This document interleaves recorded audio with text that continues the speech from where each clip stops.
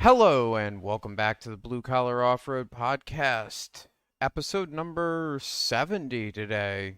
Um, we're joined by Christopher, aka Dizzy, and then we've got Cody, Richie, and myself, Luke. Unfortunately, Graham is not available this week. He will be back for our regularly scheduled programming next week. You know what's funny is like the two most like potentially technical conversational podcasts we've had, he's missed in the past month. Yeah, He's so stupid that he chose today to be the day that he didn't show up. so first of all, I suppose we should probably get to the guest. Why is your nickname Dizzy? Ha! That is a hockey nickname from when I was 9 years old. I had a coach that told me I was making him dizzy. And he said, "Do you want me to call you Dizzy?" And I was a 9-year-old kid just starting to play hockey. And I was like, sure. And he called me Dizzy. That followed me into school to the point my senior year of high school, I went into my computer class and said, "Excuse me, Mr. Palma, but I can't find me in here." He goes, "No, you're in there." And I said, "I'm at the C, and I don't see Chris Dioria anywhere." And he goes, "No, I put you under Dizzy." And I'm like, "Oh, okay." Oh, that's cool. And, I am the only person in North Branford High School history to not be called by their birth name at graduation. That's Wow. So I hold on. was, So it was that serious of a nickname that it stuck even during graduation. if you called my parents' house back when we had house phones and answering machines, you got, "Hi, you reached the machine for Greg, Judy, Danielle, and Dizzy. Please leave a message." My What? I had a friend that I had known from my freshman year of high school to obviously this day, but we were probably 22, 23, sitting at the local bar, and he just looked at me one day and said, "What's your name?" Because my Facebook was Dizzy Dioria at that time, and he always just knew me as Dizzy. And yeah, that's always been my name. It's I tried to get away from it a couple times here and there, and just call me Chris, and it's kind of stuck. It's unfortunate, Wow. not unfortunately. I mean, it's could have had worse nicknames, but you know, it got to that point where I was announced at high school graduation as Chris Dizzy Dioria. I suppose that we are doing an off-road related podcast. Maybe we should talk about that at some No, point. hold on. Let him introduce himself. Tell us a little about yourself, where you're from, what you into. Give us all that jazz. All right, so my name's Chris Dizzy Dioria. Um, I'm from North Branford, Connecticut originally. Live in East Haven, Connecticut now. I'm sorry. That's all. And I live in a condo in East Haven. And I love my condo on the inside, but outside, we can forget about that. I'm married. I have one daughter. She is adorable. My wife is also adorable. I'm a welder and a diesel mechanic. I run a garage for a local trucking company here in Connecticut, Double Green Circle. And yeah, trucks have been my life my entire life. Grew up with that and wheeling. So, Yeah, that's So awesome. how'd you get into wheeling? uh, probably my father mostly. He when he was younger, he had a 1974 F-250 Highboy, and Okay. yep, and that thing. I saw pictures of it. I thought it was the coolest thing in the world. And he had a Toyota Tacoma. I don't think it was a Toyota Tacoma at the time. It was like a 1985 Toyota pickup. And he would always talk about going off-roading and stuff when he was younger. And it didn't even have a back seat. Me and my sister used to just sit on a shelf because that was, never mind the seatbelt. We didn't even have cushioning. We had shop rags. And I just was always around four-wheel drive vehicles. He's also same thing as me, diesel mechanic. And he would take us, like dirt lots, stuff like that, snow donuts. Then when I turned 16, I bought a 1991 Camaro. Big mistake. And I bought a 1989 Chevy K1500, regular cab, step side, 350, 5 speed. And that thing probably spent more time in the power line trails than it spent on the road. And it spent more time covered mud than it spent clean. But when it was clean, it looked good. I waxed it, washed it, kept it nice. And every time I go through those power line trails, I would just try to always be faster and faster and faster and faster. And then I bought a YJ, another huge mistake, probably the root of my back problems now. And then from there, same thing, power line trails, fields, whatever I could kind of get into. And then I bought a Cherokee, and well, that's when my entire life went south. No. Yeah, no, that's an accurate description. And yeah, no, You don't have to lie. It's okay to admit that. Yeah. So definitely when my pockets became a lot emptier. Now, yep. Was this before the OG group, or was Before that OG SIS off-road group? Is that what you're talking about? Yeah. So yeah, that's way before I joined SIS off-road. I had my 1500 when I was 16. So that was 2002. And then when I bought my first XJ was 2009? Oh, wow. Okay. 2010. I'm sorry. 2010, I bought my first XJ because I was friends with Caleb Spillane and Zach Green, who had XJs, and they were in SIS off-road. And we all used to hang out at the center of our town at Dunkin' Donuts, like the real, obviously where the cool kids were. And, of course. And I had, what did I have at that time? I had a 1996 Chevy 1500. And I was like, I'm going to sell this. I'm going to buy an XJ because bad life choices are what I do. And found an XJ up in Massachusetts, went, bought it. First thing I did after I got home was I joined SIS Off-Road. And yeah, and from there it just kind of snowballed into it. It had 31s on it, lockers front and rear. I bought it off some old guy. I don't know why he had done everything he had done to it. ARB front bumper, armored rear bumper, transfer case skids. And I was like, oh, this is a great starting point. And then we went to 33s, went from a 2-inch lift to a 4-inch lift, went from factory control arms to adjustable control arms, from shackles to full leaf springs. And then I rolled that one over coming home from the bar. Yeah. So that one got destroyed. That was a beautiful Jeep. It had one spot of rust on the rocker. Bought a 1994 Country Edition XJ. Thing was cool. Green, tan. Wait, a Country Edition? Yeah. What? I don't know. I don't even think I've ever even heard of that. Yep. It's I'm not entirely sure on the whole package deal of it, but I knew mine was green, like that dark forest green, two-tone with the tan bottom, tan interior. I bought it off of another kid in SIS, Cappy. Had 35s on it, and I was thought I was the coolest kid in the world. Oh my God, I got 35s now. Look at me. And what's that?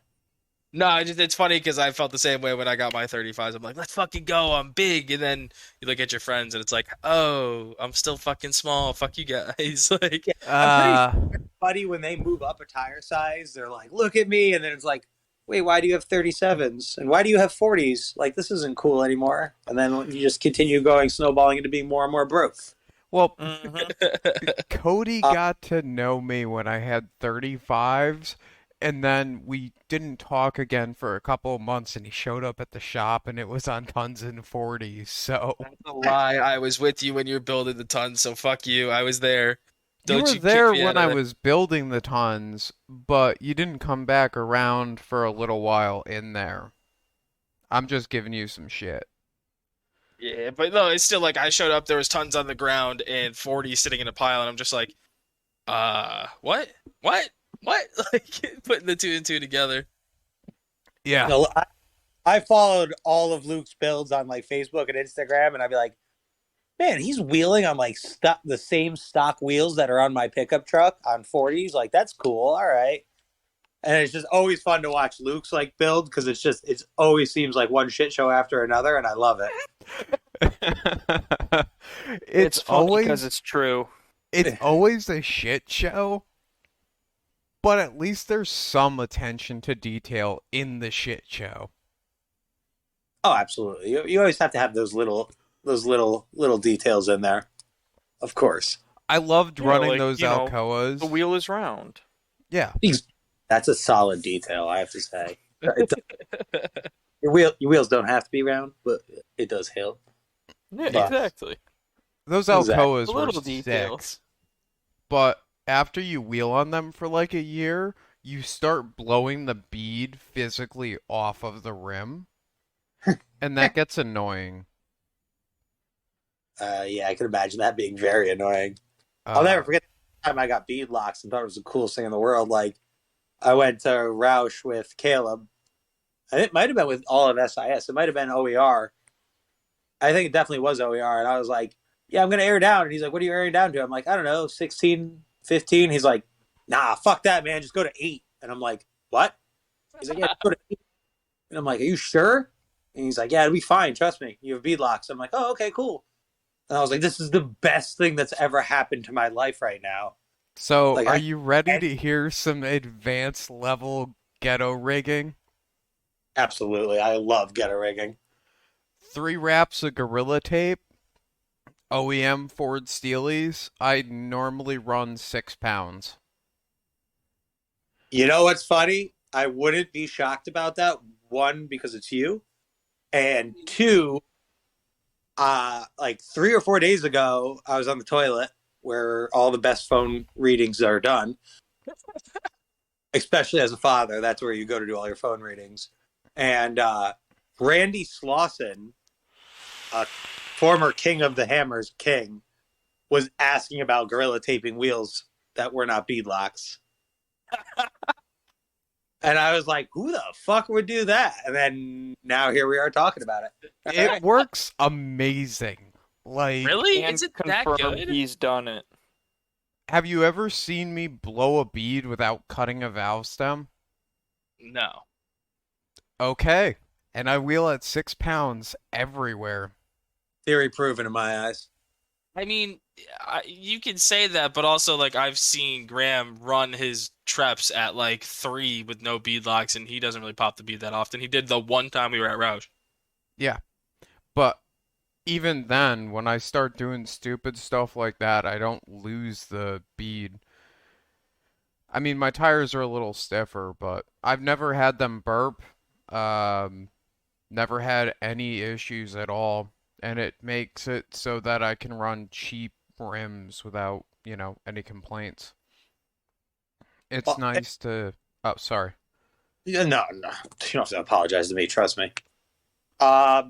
Allied beadlocks. I think they're like $100 a wheel.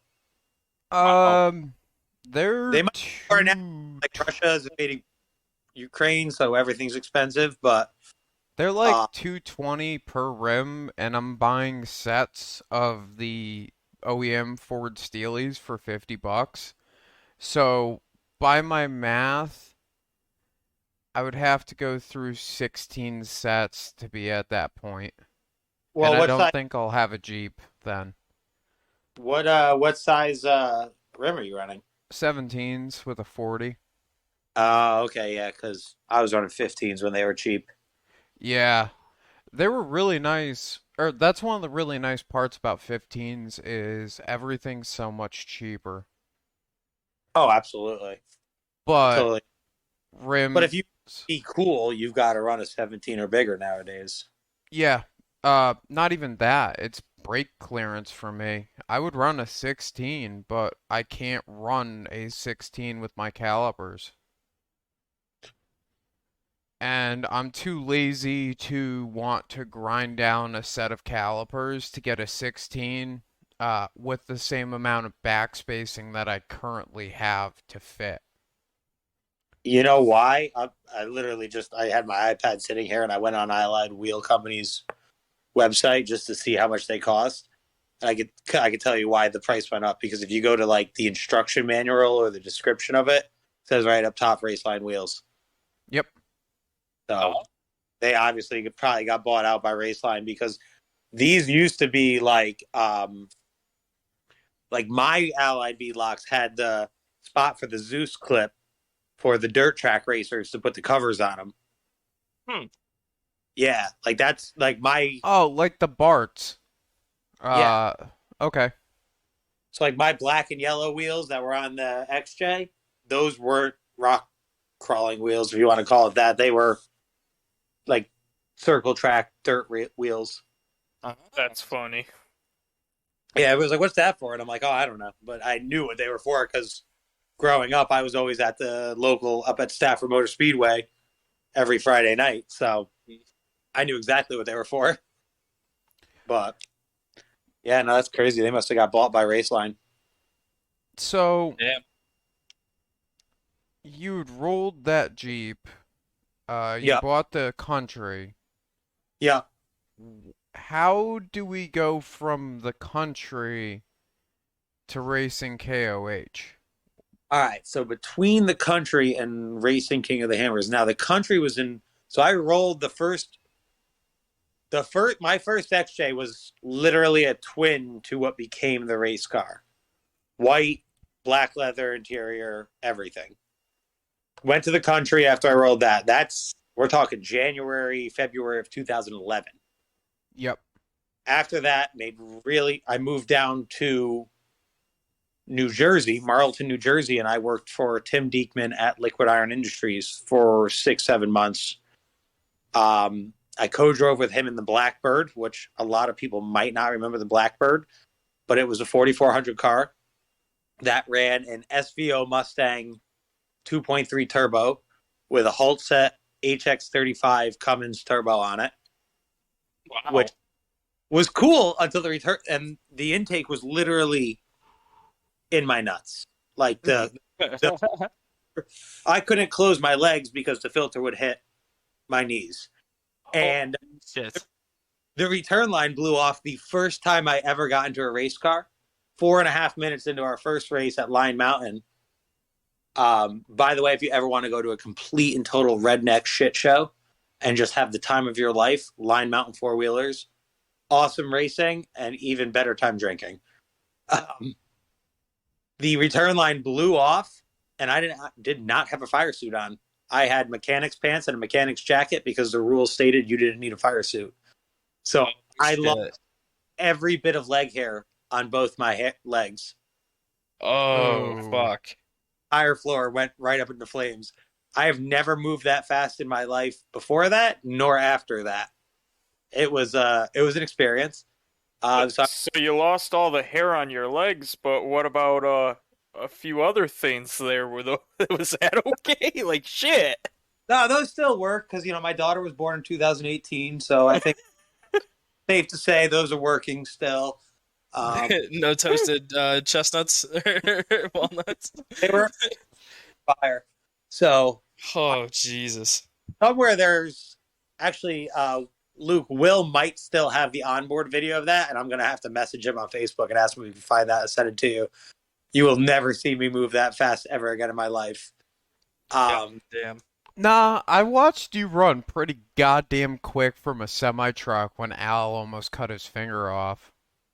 I did run pretty quick, and you know what? That's the point in my life where I started getting fat for a little bit, and like that was a workout. It was like a solid 250 feet. Nah, it was Yeah. more than that, dude. Highway? Was it? You think it was more than 250? Dizzy, you're talking a quarter to half a mile easy. You cleared 2 mile marker sticks. What the fuck? We have to get into this story later after we're done introducing him. Moved home, missed my friends, missed my family, missed my dog. I had met a girl, so I had to come home, obviously, for that. moved home, Sounds like a country song. basically. Uh, sold my XJ.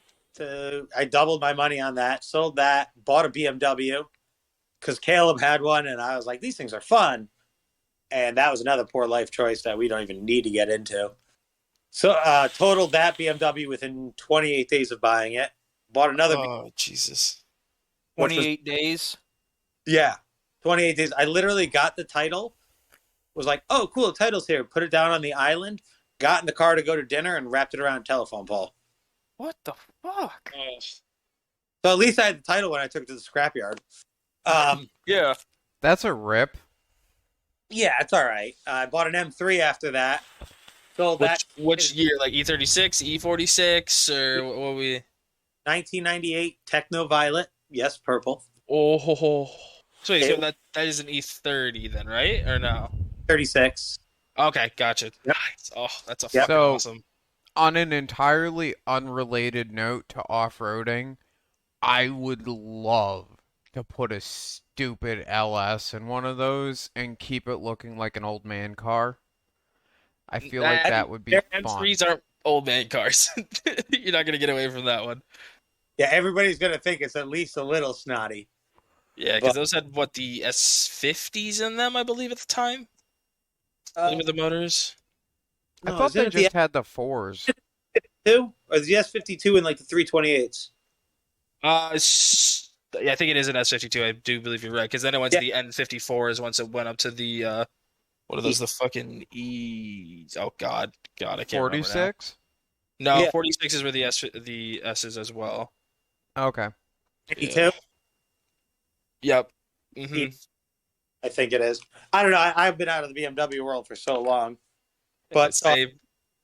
I had that car for like a year, went back to a pickup truck, and then I was like, I'm sick and tired of not going wheeling.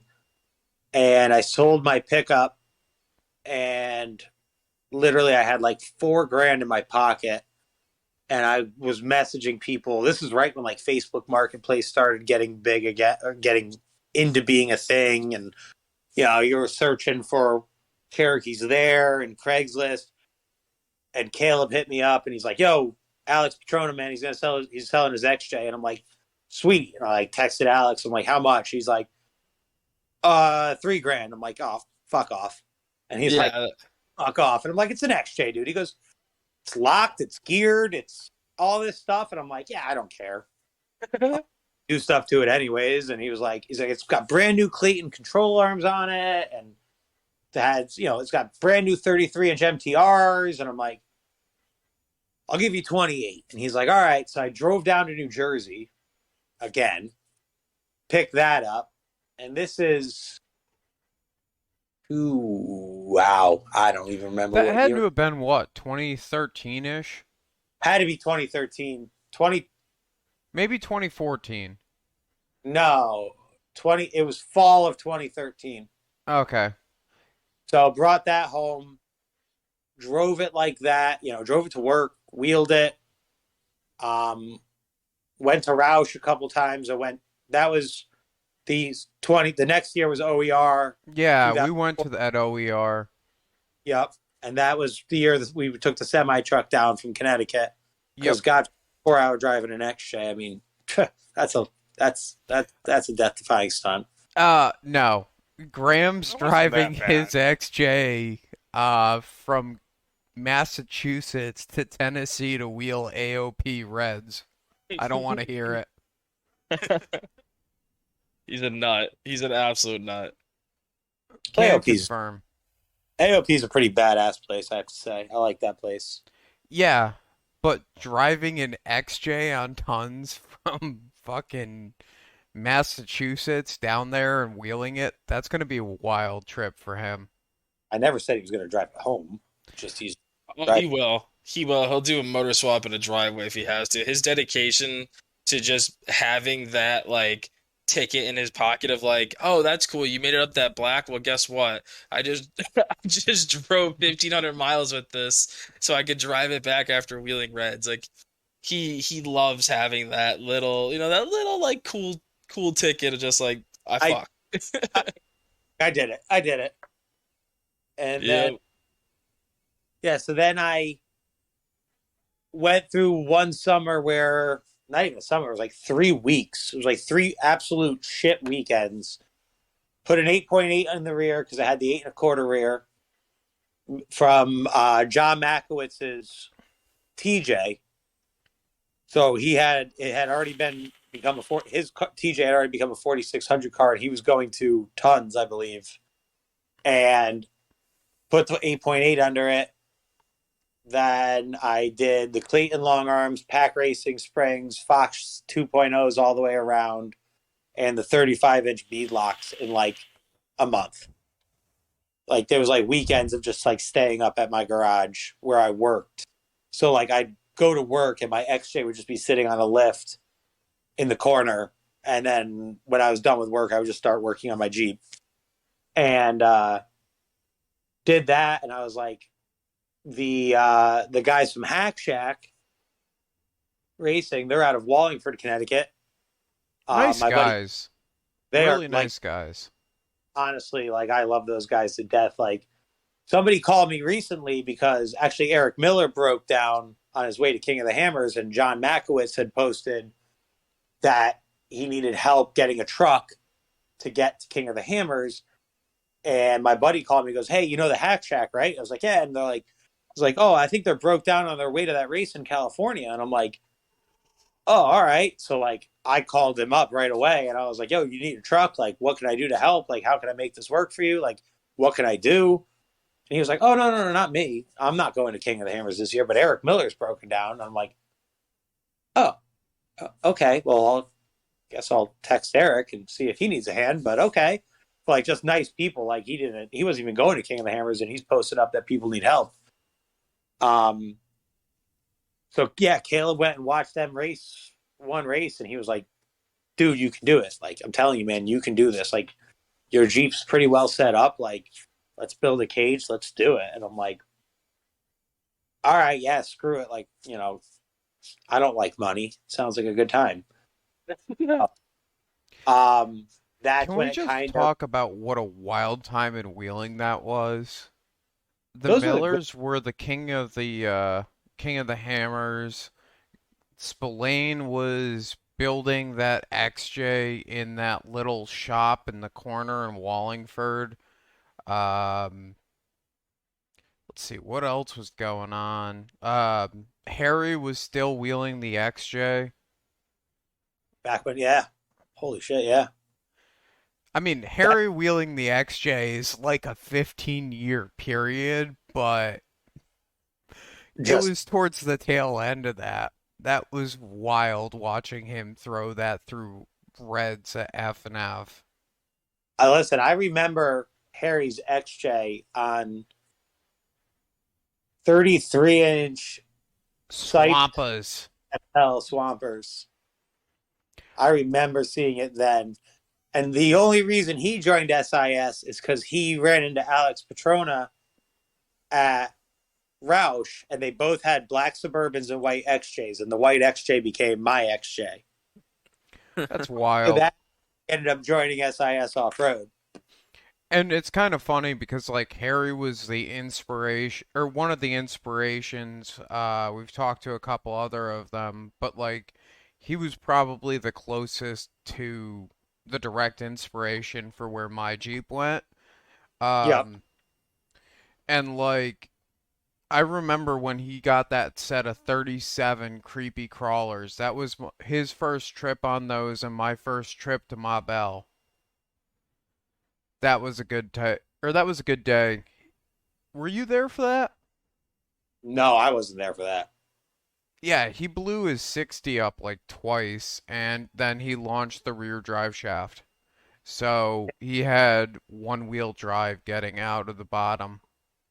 Yeah, I think I've only been to Mabel probably like 5 times. I always preferred Roush like a 3-day weekend at Roush over like Mabel. Like Mabel's pretty sick and it's fun, but it's always the same. And Yeah. it's 40 minutes and you're at committed. And it's like, all right.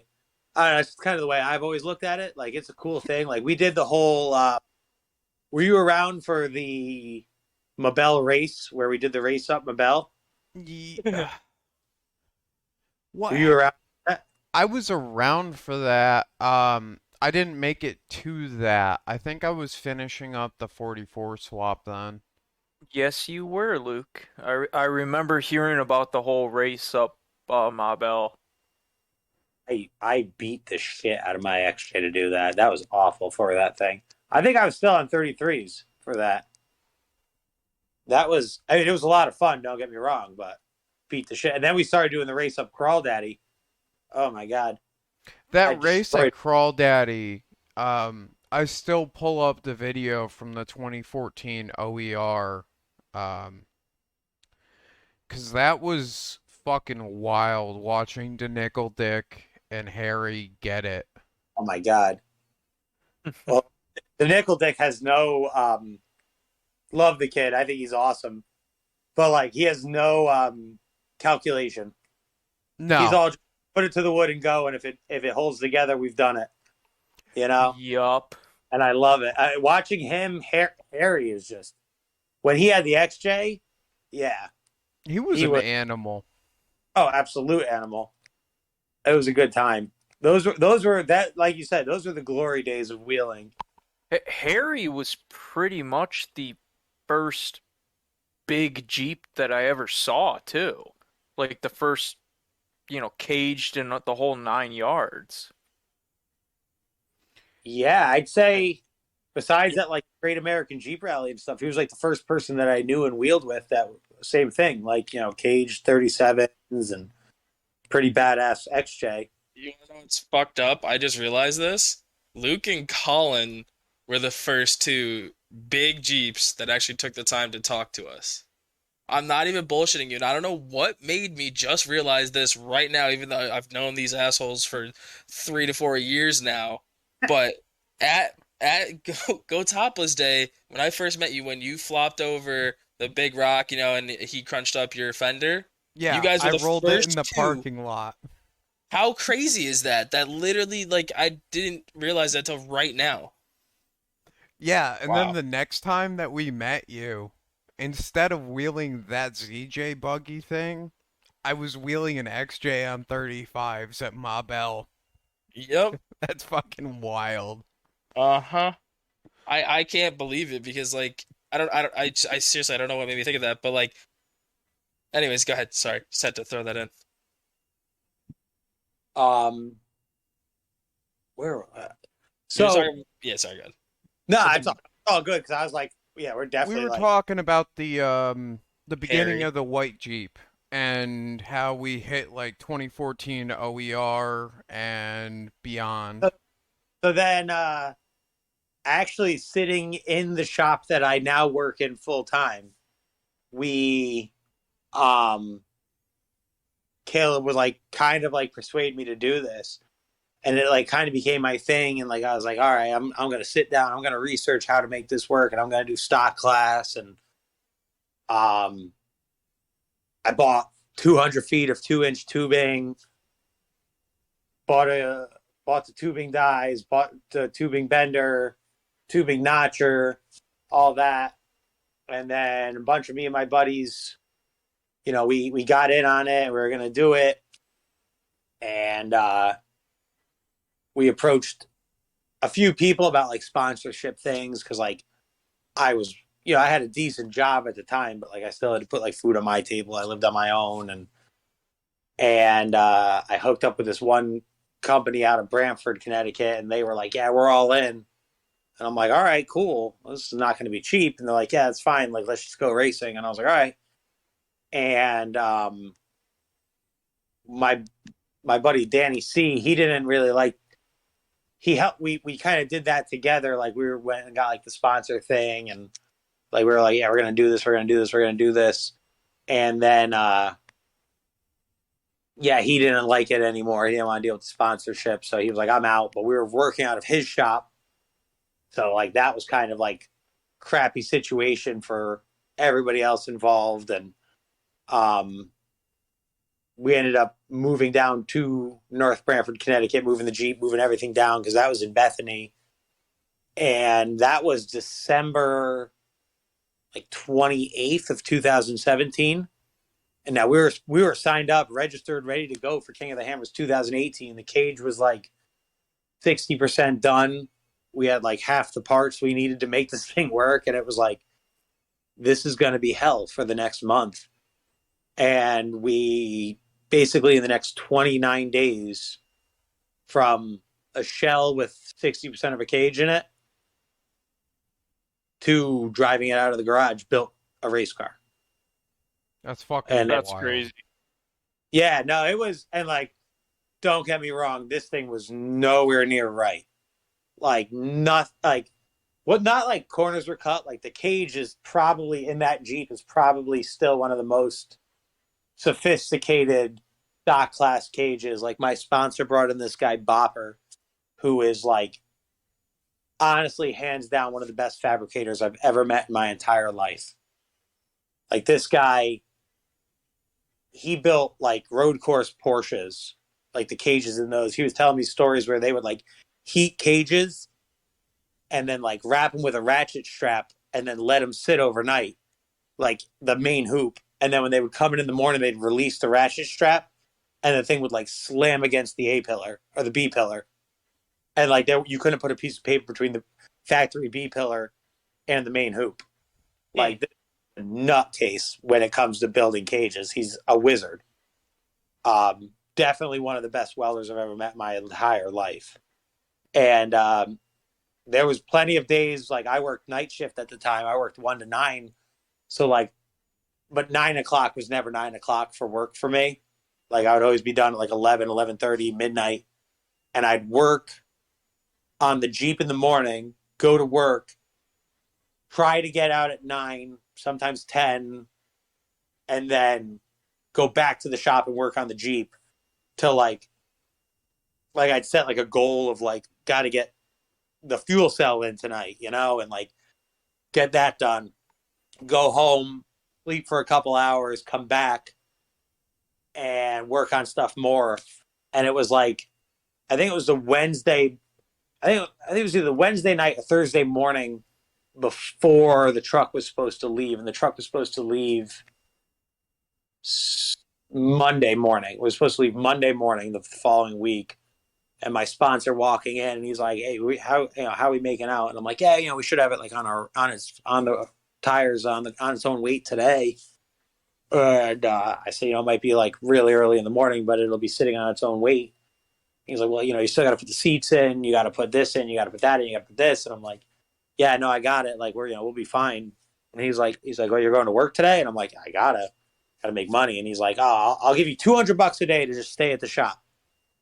And I'm like, Double it. "Oh, all right." And I'm doing the math in my head, and I'm like, it's pretty close to what I would make if like take out like stupid ass state of Connecticut taxes. Mm-hmm.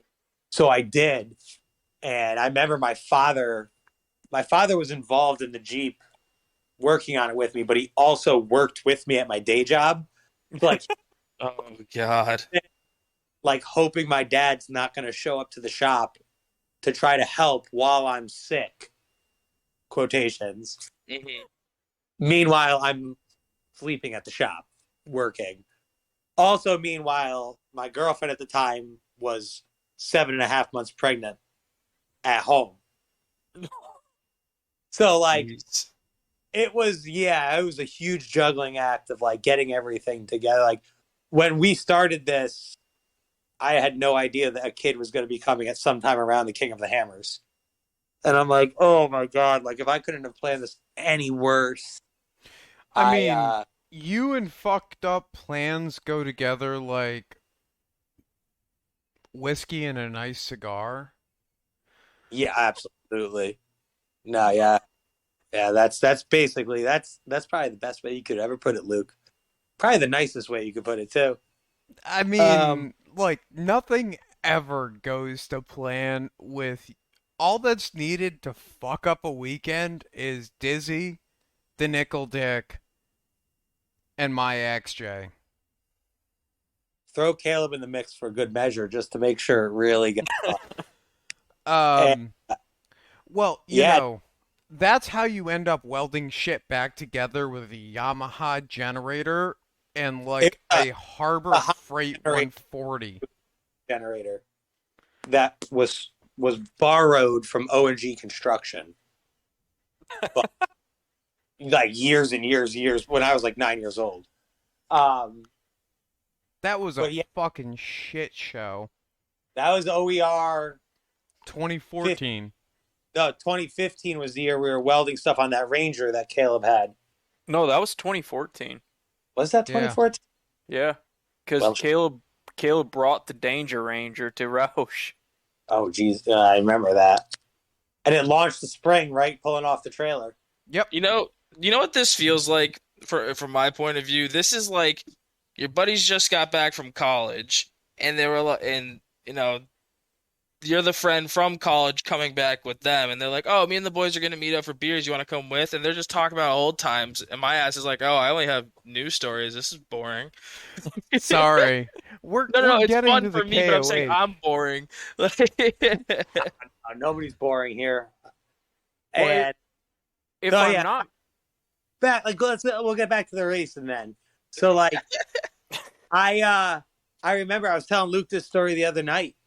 I slept in the office chair of the shop for 2 nights, like for 2-3 hours maybe. Like that opera, he's a firefighter full time. So like he would leave and come and go here and there, random hours, and I would just sleep for a little bit. And I remember my father walking in the shop at like 3:30 in the morning, and he was like, "What the fuck are you doing?" I was like, "I gotta go racing, Dad. I gotta go racing. Like I gotta do it. I gotta do it. We're going racing. We're going racing." He's like, "Yeah, I know, but like, you have more bags under your eyes than a 40-year-old woman. Like, go home." So he's like, "You smell too. Like, just go home and take a shower and go to bed for like a couple hours." So I was like, "All right." And I had these. I don't wear regular work boots. I always wear cowboy boots. It's just kind of how I've been since like 2014, 15. Always wear cowboy boots. And my boots were so worn out Let that me guess, are they Ariats or no? double H's. Okay. I figure, like actual working cowboy boots are different. I got a buddy that does the same, but he swears by his Ariats. I've tried Ariats once, and the most uncomfortable thing I ever wore, I had to go back to double H's. See, that's how I felt when I put on a pair of Red Wings. They are horrible, but like I'll get a pair of fucking Chippewas and I'm feeling great. So I don't know if it's something similar to that. Probably. I think it's just all personal preference. You know what You a I've point? really been loving Oh. lately? I got a What's set of the Keen America series. Those have been super Keens? comfy. My Yeah. father cares by those. And they're Are light. they the same price as like a pair of Red Wings or a pair of Chippewas? They were like a $250 boot. Oh boy, okay, so a little bit more expensive. Yeah, what fucking Chippewas are you fucking buying, Cody? I don't know, mine are like 220. Mine are like fucking 250 is not that far off of 300. 220. Yeah, that's what I said. It's just a little bit more expensive. That's all I said. Yeah. But yeah, I don't know. I'm a size 13 too. I have to special order mine. Mine are roughly around that price. It's probably because they don't sell that many that they're a little bit cheap. They're like, hey, you big feet motherfuckers, come buy some boots. Like, Well, I'm sure your girlfriend or your wife is very happy about that. But my big feet? well, Yeah. you know what they say about big feet, you know? Yeah, big socks. Exactly. Big nose, big hands, and that guy better be packing because that's one goofy looking son of a bitch. But yeah, I remember I went home to my house and I was like, I jumped in the shower and I just looked down and I was like, what the fuck? And my whole shower floor was just blood. Oh, what the fuck? The nails in the boots had worn through the sole of the insole. Oh shit. So like I was like, all right, well I'm gonna like put my feet up and like go to sleep for a little bit. I just remember laying there in bed like there's like 3 people at the shop right now. Like I gotta get back there. So like I got up, put socks on, put sneakers on this time. I went back to the shop and continued working. Next day was Saturday. Like worked all day. And I think the video on my phone, I watched it earlier today, was 8:35 p.m. the Jeep backing out of the shop 2 days before I had to go to King of the Hammers. Yeah. And I remember taking it for a ride in the parking lot, and all of a sudden just hearing that dreaded like tick tick tick tick tick tick tick tick tick tick tick tick tick tick, and I'm like, what the fuck? Like it's got a brand new Golden stroker engine in it, and if anybody ever wants to get a stroker engine, just go with a Golden engine. They're fucking amazing, and the service is by far the best. And I'm like, you've got to be kidding me! You've got to be kidding me! And I pulled it back in the shop. Everybody's like, oh my god, what's going on? Nobody tightened the bolts on the water pump pulley, and not the bolts, the nuts for the pulley, and they had backed out and they were hitting the fan shroud. I was like, Oh, oh, that's like best case scenario. Holy shit. oh my god! I was like, thank God. And we tightened them back up, put red Loctite on it. I was like, yeah, just put red Loctite on it, like a ton of it, just cover it. Tightened it up, fired it back up. I remember like backing it back out of the shop, beating the shit out of it in the parking lot, pulled it back in the garage, and I'm like, I don't know, I don't have a desert here to try this, so I guess it works. 4-wheel drive worked. We were like, all right, cool. I was late to work Monday because we were loading everything into the trailers and onto the trailers. And I went to work Monday, worked all day Monday, like the whole time, like texting my buddies who were driving out to King of the Hammers.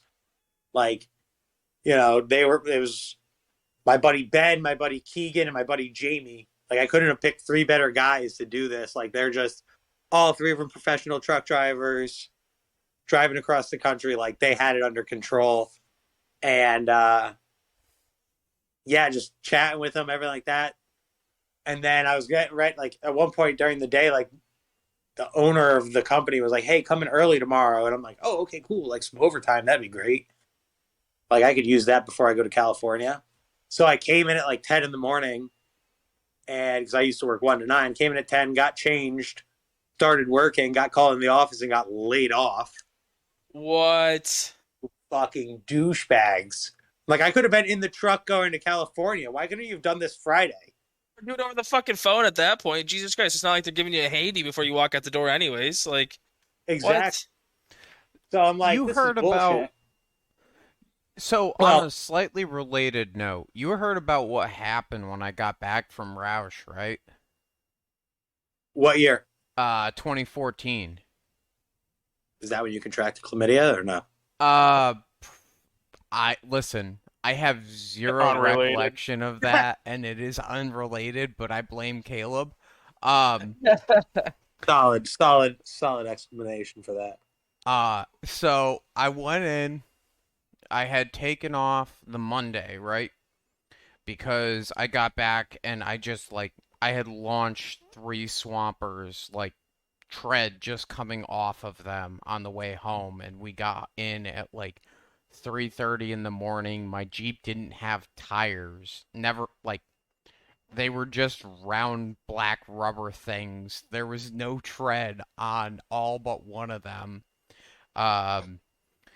So I had called in. I found a shop that could get me a set of tires. I picked up my brand new tires, got them all mounted and everything. I went into work on Tuesday, and I worked Tuesday, Wednesday, Thursday.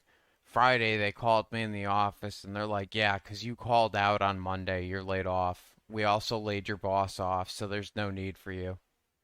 Wow. What a bunch of douche canoes. Yeah. Yeah. And that's how I became an eyelet toolmaker, was thanks to that one fucking layoff at that shithole shop. Wow. So, A blessing in disguise then. I might not have the But, drinking problem I have now if I hadn't have had that happen. There's no problem. There's no problem. Drink, you get drunk, you fall down, it's fine. No problems there. No, But, you just fall into bed. It's all good. That's usually what I try to do. Sometimes I end up in the bathtub. I don't know. I'm bad At at least you math. made it somewhere. That's kind of comfortable. Yeah, sometimes, wife will put a pillow in for me and I'll be all set. It's good. Yeah, it's great. So yeah, I took the next 2 days, cleaned the shop from the 29-day shit show, and then flew out to King of the Hammers. Got out there, realized we had 0 up travel in the suspension, and bum stops weren't doing anything. and bought a new set of shocks out there from Bilstein, and we rocked those for King of the Hammers 2018. Left the start line, I think dead last. Yeah, I think we drew dead last, which was cool, I guess, if you want to call it that. Next to Daniel May Applegate. And went out there, pulled into remote pit 1, and realized we had put a hole in the oil pan because we had no bump stops. Oof. Like, all right. So I sat in the car while Caleb mixed up some concoction of RTV, Gorilla Tape, Gorilla Glue, and told me to take it easy. Oh, actually, Luke, this is where the condom catheter story comes in. Oh, good lord. So, what is all a right. condom catheter? All right, I'm so scared. whoever has ever worn a condom catheter before knows they are like putting a condom filled with Elmer's glue on. Rugged Radios sells them. They sell them in truck sizes, so you could either get a 1/4 ton, a 1/2 ton, or a 3/4 ton. My fucking God. Swear to God. Or it might go 1/2 ton, 3/4 ton, 1 ton. I definitely don't need the 1 ton size. So, but you know, it's basically a condom with a hose coming out of the bottom of it, and you put it down your pant leg of your fire suit because you're in the car for 12 hours and you've got to pee. True. So you kind of like either hide holes in the floor so the pee can drain out, or you kind of just deal with it drying up. It's the weirdest feeling in the world wearing one because like you're sitting down fully clothed in a car and in your head you're like, yeah, I can't pee right now. Like that's not okay. Like I was taught this when I was 5, stop peeing in the car. So, you finally get used to it and whatever. And I remember my co-driver was sitting next to me. He's like, dude, he's like, this is great. Like, I'm just peeing right now. And I'm like, oh, all right, cool. Oh, thanks for sharing. Like, that's awesome. Like, I hadn't gotten used to it yet, but he was just having a blast with it. Like, I'm peeing, sitting He's down. staring you dead in the eyes while he's taking a piss. Yeah. Yeah, exactly. And we pulled in, and now we had a mixture of people that were I had known through the off-road community forever as pit crew, and people that my sponsor employed as pit crew. So one of these guys, Ryan Shepard, awesome dude, love him to death. Steve didn't realize that we were coming up on remote pit 1, and he pissed. So now it's just running down this hose to the bottom of his pant leg, all on the floorboards of the car. We pulled into remote pit 1, and Caleb's like, yo, we got an oil leak, turn it off. And I'm like, okay, turn the car off. And then this guy Ryan's like, oh my God, I think there's coolant leaking too. And like watch him put his hand down right under Steve, and he's tapping the tarp. And before I could say anything, he puts it to his nose and smells it. And he goes, that's piss. And I'm No like, shit. yeah. And Steve's just sitting there. He's like, sorry. Like, I just peed like around the backside of that mountain. My bad. Didn't think Oh it. shit. So not only is Caleb, Keegan, Ben, actually I don't think Keegan was there at that point. Yeah, he wasn't at remote pit 1. All of them are laying there trying to patch this. They're also laying in Steve's piss the entire time. Oh, Jesus. So Caleb creates this concoction, and he's like, just watch the oil pressure gauge. I'm like, okay. We head back out into the desert, get to Cougar Buttes, like, and every bump is just slam. I'm like, this is such a, oh my God, what did we do? What were we thinking? Went out, got the Cougar Buttes, went through that flawlessly, because if there's one thing I enjoy doing, it's crawling. So like I'm like, all right, rocks. Like this is great. Like I got this. At this point, I've realized my XJ is not a trophy truck and will never go that fast in the desert. I think we topped out speed-wise like 32, 35 miles an hour. Like it was painful. And got through Cougar Buttes. Where that was like I think race mile 36. Hit race mile 41, and we were going through this little canyon thing, and all of a sudden I realized I couldn't steer anymore. I had no more steering, and I'm like, what the fuck? We got out of the car. We had actually broken a tube insert on the track bar lengthwise. I've never seen one crack lengthwise, like right down the threads, just broke. So we ratchet strap it back together. We start going again. We radio in. We're going to need a welder, possibly an oil pan. You know, we made it back to remote pit 1B, no steering, no oil pressure, nothing. The guys welded the track bar up from another racer who had a service truck out there with a welder, and they changed the oil pan. They took it off the spare 4-liter that we brought out there with us. Got it all done, got it back in the car, suited up, belted in, go to pull out, and they're like, no, you're out of time. And I'm like, I just want to finish the first lap.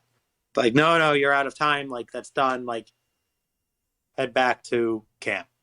What? So that was, yeah, I was like, this is the biggest heartbreak, like, ever. Like, all right, we're going to hit it hard for the next race. Like, we're just going to do it. Like, it's in Pennsylvania. It's a 4-hour drive. Like, this is awesome. Spent our time, like, getting the bump stops right. Figured it out. You know, we at that point, we weren't allowed hydraulic bumps, air bumps. Sorry, air bumps. We weren't allowed that. So you were only allowed to use a rubber bump. So, like, you could use, like, the TerraFlex speed bumps or any variation of that, or just your regular block of Daystars. Could you use Daystars. those?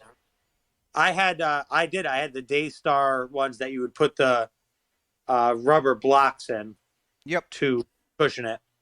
We ordered those after King of the Hammers. Sat there, figured it out, had the thing dialed. I'm like, this thing's good. Like, we are great. Like, we took it to a local field. Not really a field, but like it's like a field mixed with woods and trails, and we beat the snot out of it in April of 2018. Like, we're good. We've got it figured out now. We've got a winning race car. Like, we can drive fast now. Went out to Pennsylvania, pre-ran, dented every panel on the car, and I was like, okay, so crawling in Pennsylvania and going fast in Pennsylvania are two totally different things, and both are very hazardous. So every panel, Pennsylvania is fucking mild. it was nothing but trees at Anthracite Off Road. Oh, you went up there. We gotta actually divert off.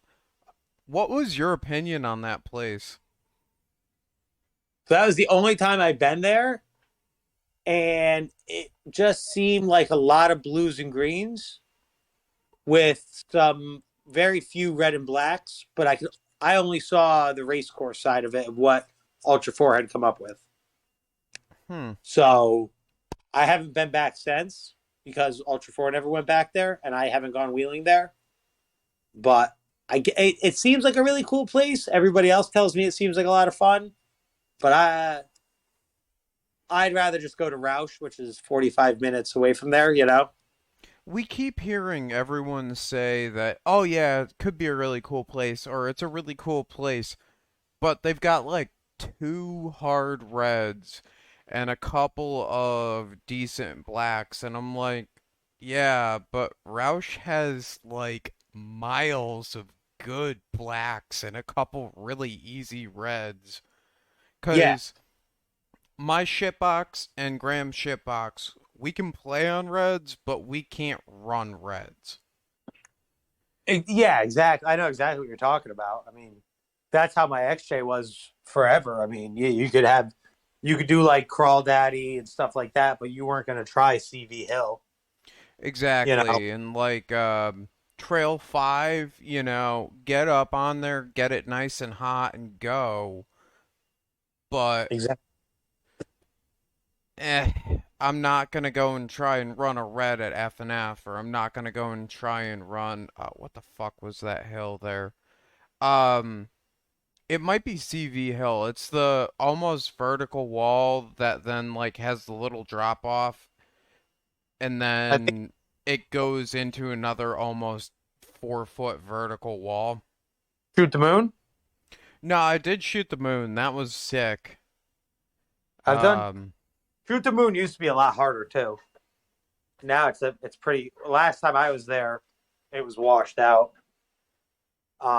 I think you are talking about CV. I never went up CV Hill because I was just like, I'm not even gonna try it. yeah, when I did shoot the moon, um, it wasn't.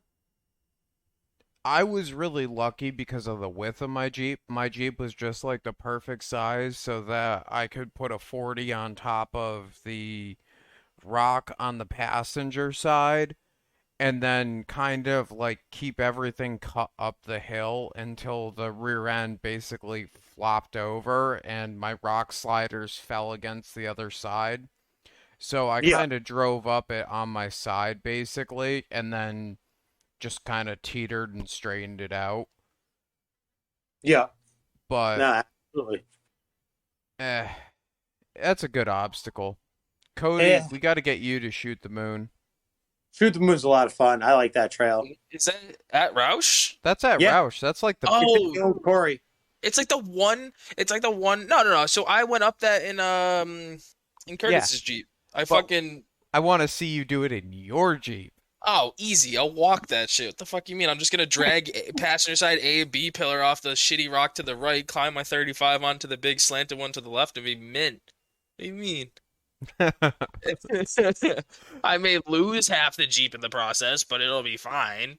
It Big I'll was bang make it. done. It's mint. you'll appreciate this, Dizzy. Colin Bates, I don't know if you know who he is, but Colin. Sounds Red familiar. XJ, notorious for rev limiter sending everywhere. Yeah. He actually split a 44 shaft at both of the knuckles for the U joint, just broke it on both sides of the shaft, and the U joint just fell out with the ears still attached Wow. on Shoot the Yeah. Moon. That's solidly impressive, not gonna lie. So, uh, back to Incarthite and actually racing the thing. So went out at this point now, like my best friend, Aunt Ladano, he was in the passenger seat of my Jeep. He had never, besides like wheeling in like my YJ and my 1500 back in high school, off-roading wasn't like big to him. But like he kept coming down, helping me with the Jeep, and I was like, he had done Subaru time attack racing, and I was like, you know what? We've just got a good thing going. Like, why don't you get in the Jeep with me? And he did. And we went out, we pre-ran, qualified. We lined up for qualifying, which like this was before they did, okay, 4600s at this time, 45s at this time, 48s at this time. It was like a 2-hour wait to qualify. This is like a shitty story, but No, you're doing great. yeah.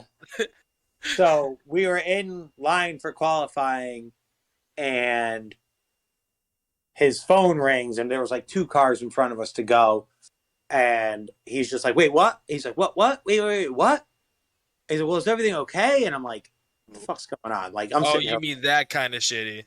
yeah, and I'm like, "What the fuck?" Oh, Like we didn't even do the parade route. We have no idea what the qualifying course looks like. Like I'm on like a Facebook message with Brian McNamara of the Poor Boys.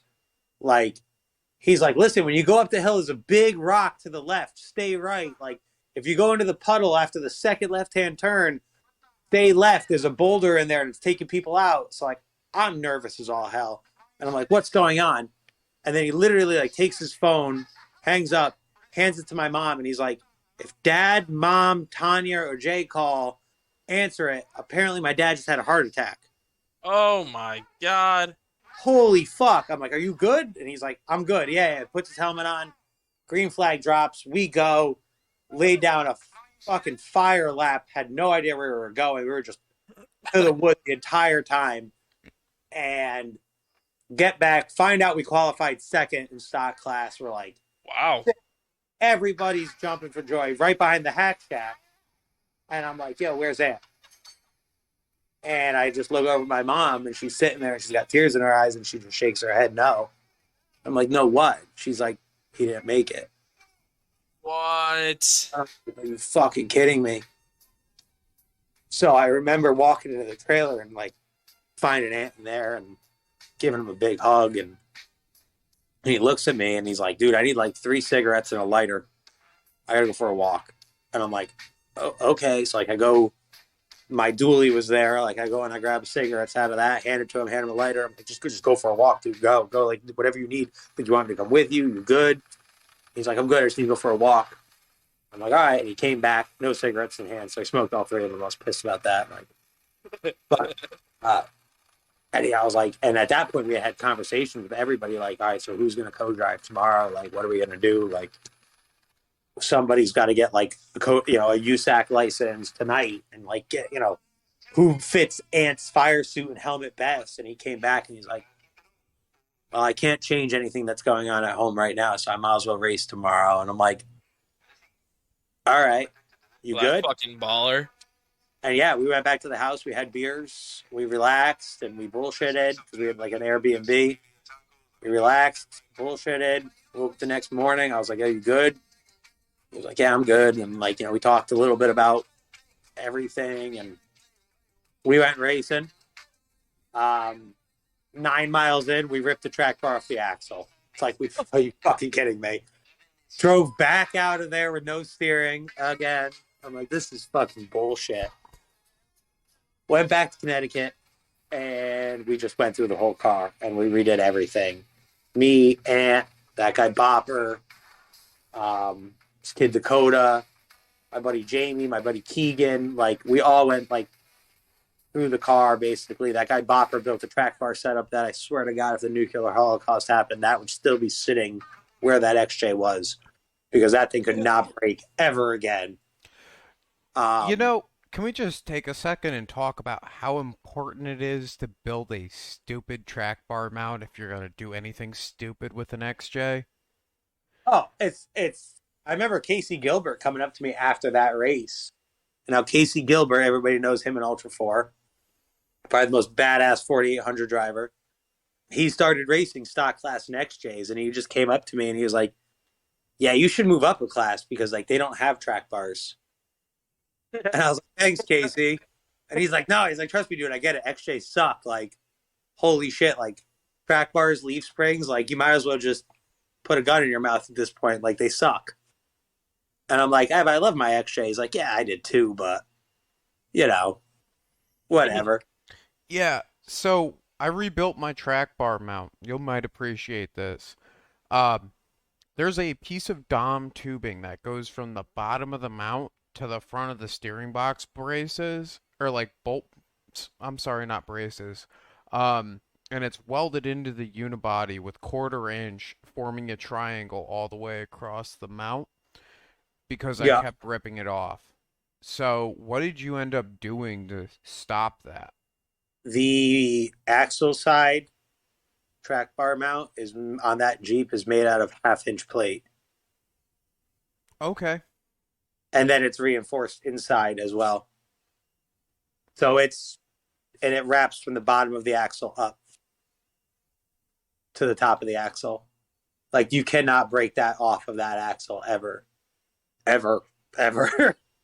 Like, I had a rough stuff track bar mount on it. I burned it in. I was like, that thing's not going anywhere. And it didn't break my welds. It broke the mount itself. Like, it ripped off right above the weld. So it was like, you've got to be kidding me. That's fucking wild. And because... like, Ant, like, he ratchet strapped that back together, like, once again with ratchet straps just to get us out of the trail. And it was like, this is a nightmare. Like, track bars suck. They really suck. And now, we probably spent a month and a half dialing that steering in to where there was 0 bump steer and everything just moved fluidly. Now, could it be the radius arms playing into that? Because you're constantly rotating the actual housing, right? So as the axle is moving up and down, you're inducing rotation on the housing, which is going to constantly be putting strain on the track bar compared to something like a three link where it might have minor rotation, but it would be a much lower degree of rotation than what you would see off of a Y link. Or am I It's a just getting too nerdy? You might be getting too nerdy. I don't know. I always look at that like as like a dumber standpoint.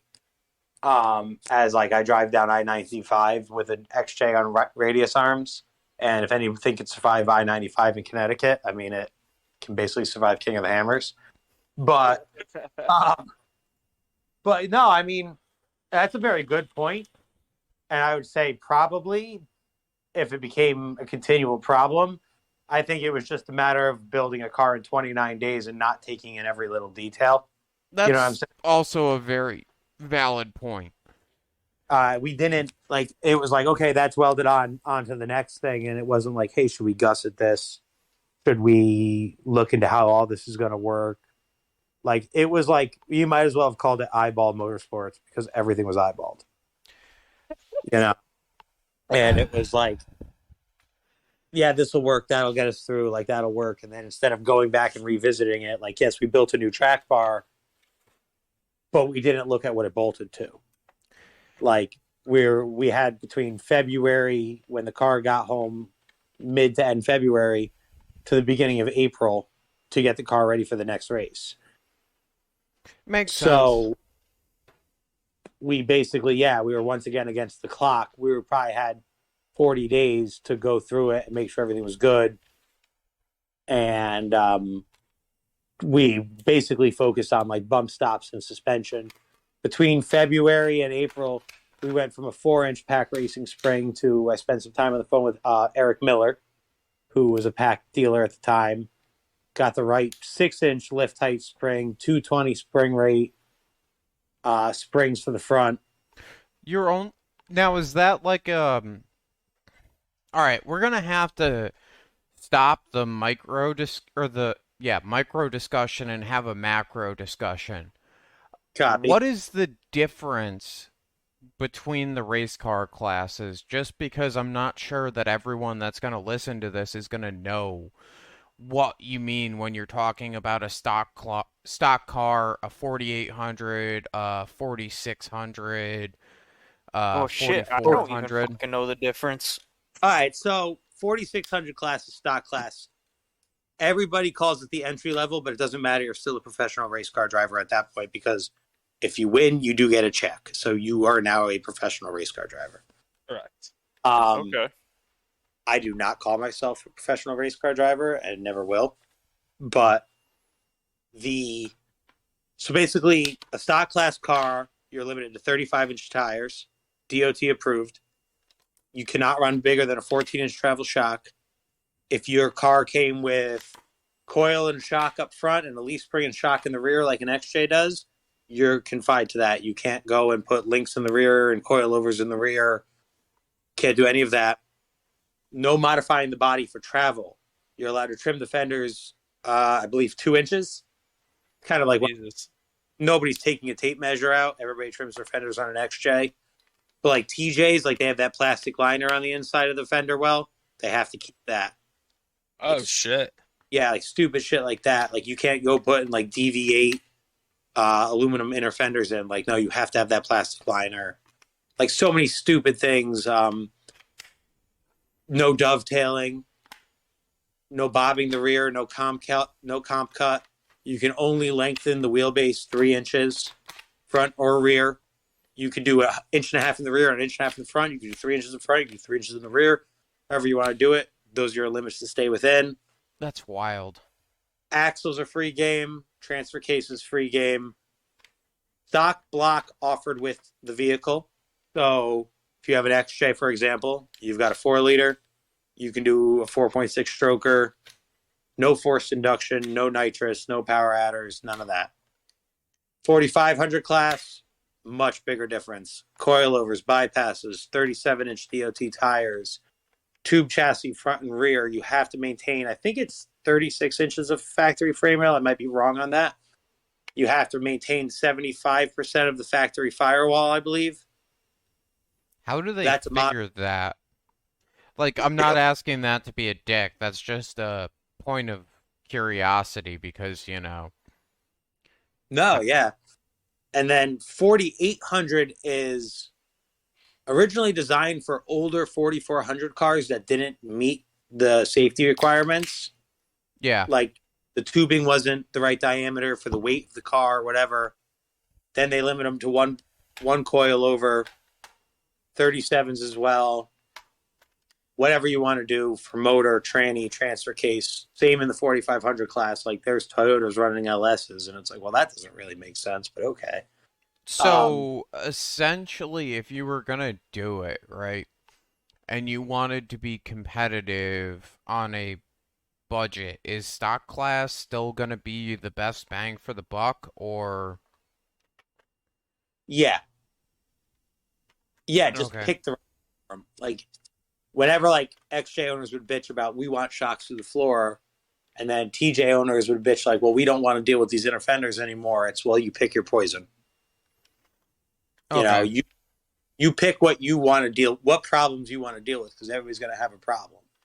Like, we couldn't put our shocks through the floor, and if anybody has dealt with an XJ before, outboard shocks are hard. Cody can attest to this one.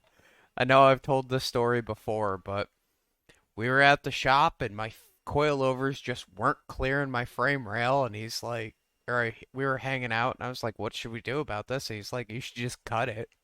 I walked over to the fridge, grabbed a Yingling, grabbed the Sawzall, and they fit. It took me 2 days to finish fixing the hole, but, you know. Hey, it was the smartest option. It was like, oh, well, do you move this? Do you move that? And I'm like, nah, just fucking, you only need like 2 inches. Cut it out of the frame. You already have the whole cage holding the Jeep together. So what's this little few inches here? Fuck it. And it Turned out worked. pretty good. Oh, yeah. Looks clean as fuck, too. Yeah, Yeah. you almost couldn't tell, See, but like, you can. like, my life would have been so much easier. Like, if I were to do this all over again, I would definitely do like a JK. But Really? now you're talking about an expensive starting point of a vehicle, you know? So it's like, once again, pick your poison. Do you want to deal with, and you're not going to buy one with like the 3.8 liter minivan motor in it. You're going to want to get in the 3.6 Pentastar. So like you're 2012 and up. And like my daily driver's a 2004. I've never owned anything newer than a 2004.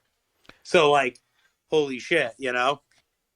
You're talking about buying a race car that's newer than the car that I drive. That's weird. It is. It's very weird, but it's somebody who loves racing would do that, something like that. But yeah, no, I'd probably, if I was going to do it all again, I would start over with like a TJ or an LJ, because I love the straight six, and like the stroker motor is way easier and a lot less sensors and bullshit to deal with. And yeah, it's just easier. I don't know. It's a Jeep at that point. In my eyes, JKs, JLs, they still have the logo, they still have the look, they have the appearance, but Glorified minivan. no, I wouldn't say glorified minivans because they still suck to sit in. There's no room in them, but they're definitely, yeah, they're more of a mom car at this point. Yeah. And don't get me wrong, like John Schaefer right now in the 4600 class, he's got a really fast JK. That's a savvy built car. Bill Schultz had a JL. That was a badass car. But I remember like King of the Hammers 2019 in staging. He's like, yeah, we were having issues with this sensor and that sensor, and this wasn't driving with that, and that wasn't driving with this. And I'm like, yeah, mine threw a check engine like 6 years ago. I still don't know what it is, nor Yeah, do I care. Still there. Not really concerned about it. Like, it's good. I just took the gauge cluster out, and the problem went away. So I just don't know my That's how you speed. fix a check engine light. no, the GPS carries the speedometer pretty well, but Oh, man. yeah. So like we didn't have to worry about it. but yeah, so like there was that, and then so 4800 class is like if I was gonna ever move up, I'd probably go to 4800 and like buy like a bomber chassis and like go from there because 4500 is really expensive. You've got coilovers, you've got bypass, you've got very lax rules kind of in that point, and like 4800 is more strict.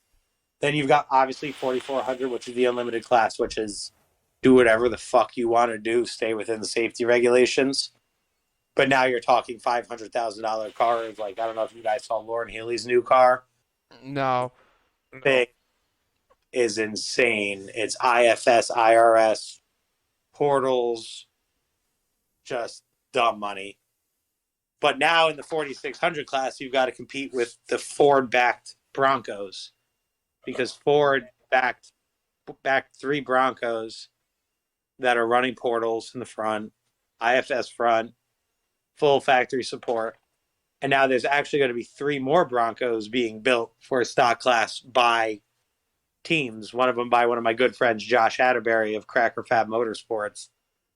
And he's getting away from the Jeep world. He had a ZJ that was 2-time national championship winning car, and he's seeing the writing on the wall and going to a Bronco. So, So, how were the guys? That was True North? Or. oh no. What that got the Bronco? That's Cracker Fab Motorsports. He's from Arizona. Sorry, my brain shut off when you said ZJ. Yeah. True North is Eric Miller's old ZJ. And that's a badass car too. But Josh just built a really good ZJ and like shit on everybody for 2 years in a row. And won back-to-back national championships. And then he had a crap year last year. I went to Mexico with all of them. And in qualifying, he literally detonated cylinder 6. And we spent till 11:30 at night getting it to run on 5 cylinders. And only to realize that they had taken the lifters out of the number 6. And without, if you know how a 4-liter structured, they don't get oil pressure without lifters. So he didn't even get to race. He was all the way in a different country and couldn't even race. So that fucking blows. Yeah, I mean, I got within the first 20 minutes, I got completely and totally covered in fuel. Spent the next 5 hours topless working on this car to the point that everybody got behind me with the topless thing. All dudes, but you know, whatever. And it was like one of those fun times. And then it started, and he's like, "Oh, I only got 5 psi of oil pressure, and we needed a freeze plug." I was like, "Well, I'm going to go to AutoZone in the morning, or as we call it in Mexico, Bato Zone, and I'm going to get oil. I'm going to get like 3 quarts of Lucas. We're going to dump it in." And then it was like, I don't have the lifters in number 6. I took them out, and I'm like, son of a bitch. And I was at AutoZone at that point, and we had bought everything, and it just sucked. But we also went with the Poor Boys, and they put it on the podium, so that was cool. But yeah, no, it's the way the class is going now. Like for stock class, you're going to be looking at a lot more high dollar cars. So you're either getting into it for fun or you're getting into it to be competitive, and you've got to choose your platform going forward. So for somebody who was looking to get into the stock class, or the 4600 as you called it, with a Cherokee, for actual structural integrity of that Cherokee, I mean, we beat the shit out of ours just normal wheeling. I couldn't even imagine hitting a rock accidentally at 40, 60 miles an hour, depending on, you know, what section you're on. How did you guys make it structurally sound enough that you felt comfortable even racing it? So, like, luckily for me, I've been involved with Ultra Force since 2011, going out to King of the Hammers and doing like media work and stuff like that with our friend Will. And I made a lot of friends who became in part of the stock class in 2012. And I watched all of them fail or fuck up at one point, you know? So like tie-in plates or like sandwich plates, they suck. Don't use them. Like, if anything, use tubing to connect the tubing to the frame rail of the vehicle. Um, support your key areas anywhere that any of the steering components bolt to. Like that's got to be strong. Like I can't tell you how many times the front left frame rail cracked around our power steering box and the track bar mount on the XJ. Like stiff, like fat, like the stiffeners you can buy online. They're a good starting point, but after that, add more metal to them. Like plate the shit out of everything. Um, pull your motor on an XJ, plate the insides, plate the tops, anywhere in the engine bay, just plate it. Just plate the frame rail. Same in the back. Like just plate the living shit out of it. Like it's gonna be a heavy bitch. Like you have to realize you're not gonna save weight. Like you're either gonna be heavy or you're gonna break. You choose. And I remember when KOH 2018, when we went through tech, the car actually, my car number was 4677, and the car scaled in at 4,600 pounds, 4,677 pounds. Wow. And That's I, funny. That's just dumb luck. I got That's I a got out of light the car. XJ. What's that? That's a really light XJ. It was, and we broke everything. And if you put that car right now as it sits on scales, it would be in probably the 5,100 category. That's still a light XJ. Well, we were running 44s front and rear. I know, I'm 35. just giving you shit. Oh, fucking give it to me all you want. That's fine. I don't care. Cause, and the reason I'm giving you shit, right? My shit box weighs in at 5250 wet, if you want to use that term. That's just full tank of fuel, no driver. So that's So- on 6, right? That's on tons. That's on tons, 40s, fully plated. Yeah. Plated So the inner frame rails, chopped and four-linked. oh, okay, yeah. So you probably, if I went on to tons, I'd probably be right around the same thing because you're going to add a significant amount of weight. Like we had core G2 core 44s front and rear. We bought the core 44 front just as we were building a car in 29 days, and it was better than a Dana 30. And like it bolted, it was worked, and it was good. It had an ARB in the front, so like we had a selectable locker. I was like, all right, cool. Like, and then we had an 8.8 rear for the first year. Went 4-wheel parts gave us a full sponsorship, which was sick. Gave us a brand new core 44 rear axle, disc brakes as well, 488s. Actually, no. No, yeah, we had 488s in that axle too. No, I'm sorry. I'm lying to you through my teeth. We went to 513s in the rear, and they sent us a new gear set for the front to go to 513s as well. Because like Nationals 2018, we realized 488s suck for getting up and going. So we went to a 513, and we changed everything around. And yeah, and then we realized that, we were lighter, but we broke axle components a lot as well, So Now, were Yeah. the core 44s that you were running JK outers or were They- they XJ? they were it was JK center section, XJ outers. So like I still ran the JKS manufacturing knuckle on the passenger side for crossover steering. And I ran the stock 1999 driver side knuckle with 230,000 miles on it all the way through Nationals 2019 to where I snapped it. Wow. Yeah, So- it's survived that long. Like it was impressive. That's fucking weird. Just wondering why they did not, they didn't go with something like along the lines of, say, the, JK outers, because with the JK outers, that could be a ridiculously strong axle, like, for what it was, and it would only have been a 5-on-5 wheel pattern difference. So the difference is when you order it per the vehicle you're ordering it for. So to make it 100% bolt in without any issues of like suspension geometry changes, we ordered it for an XJ. So then G2 sets it up. So for your weekend warrior to put it in, take his knuckles off, slam them on, his wheel bearings, slam them on, and his brakes and slam them on, and go wheeling on Saturday morning while he starts at Friday night, you know?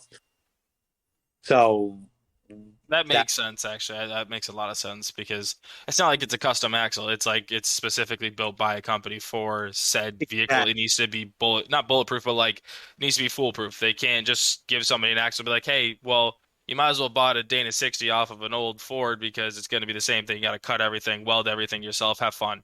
Like exactly.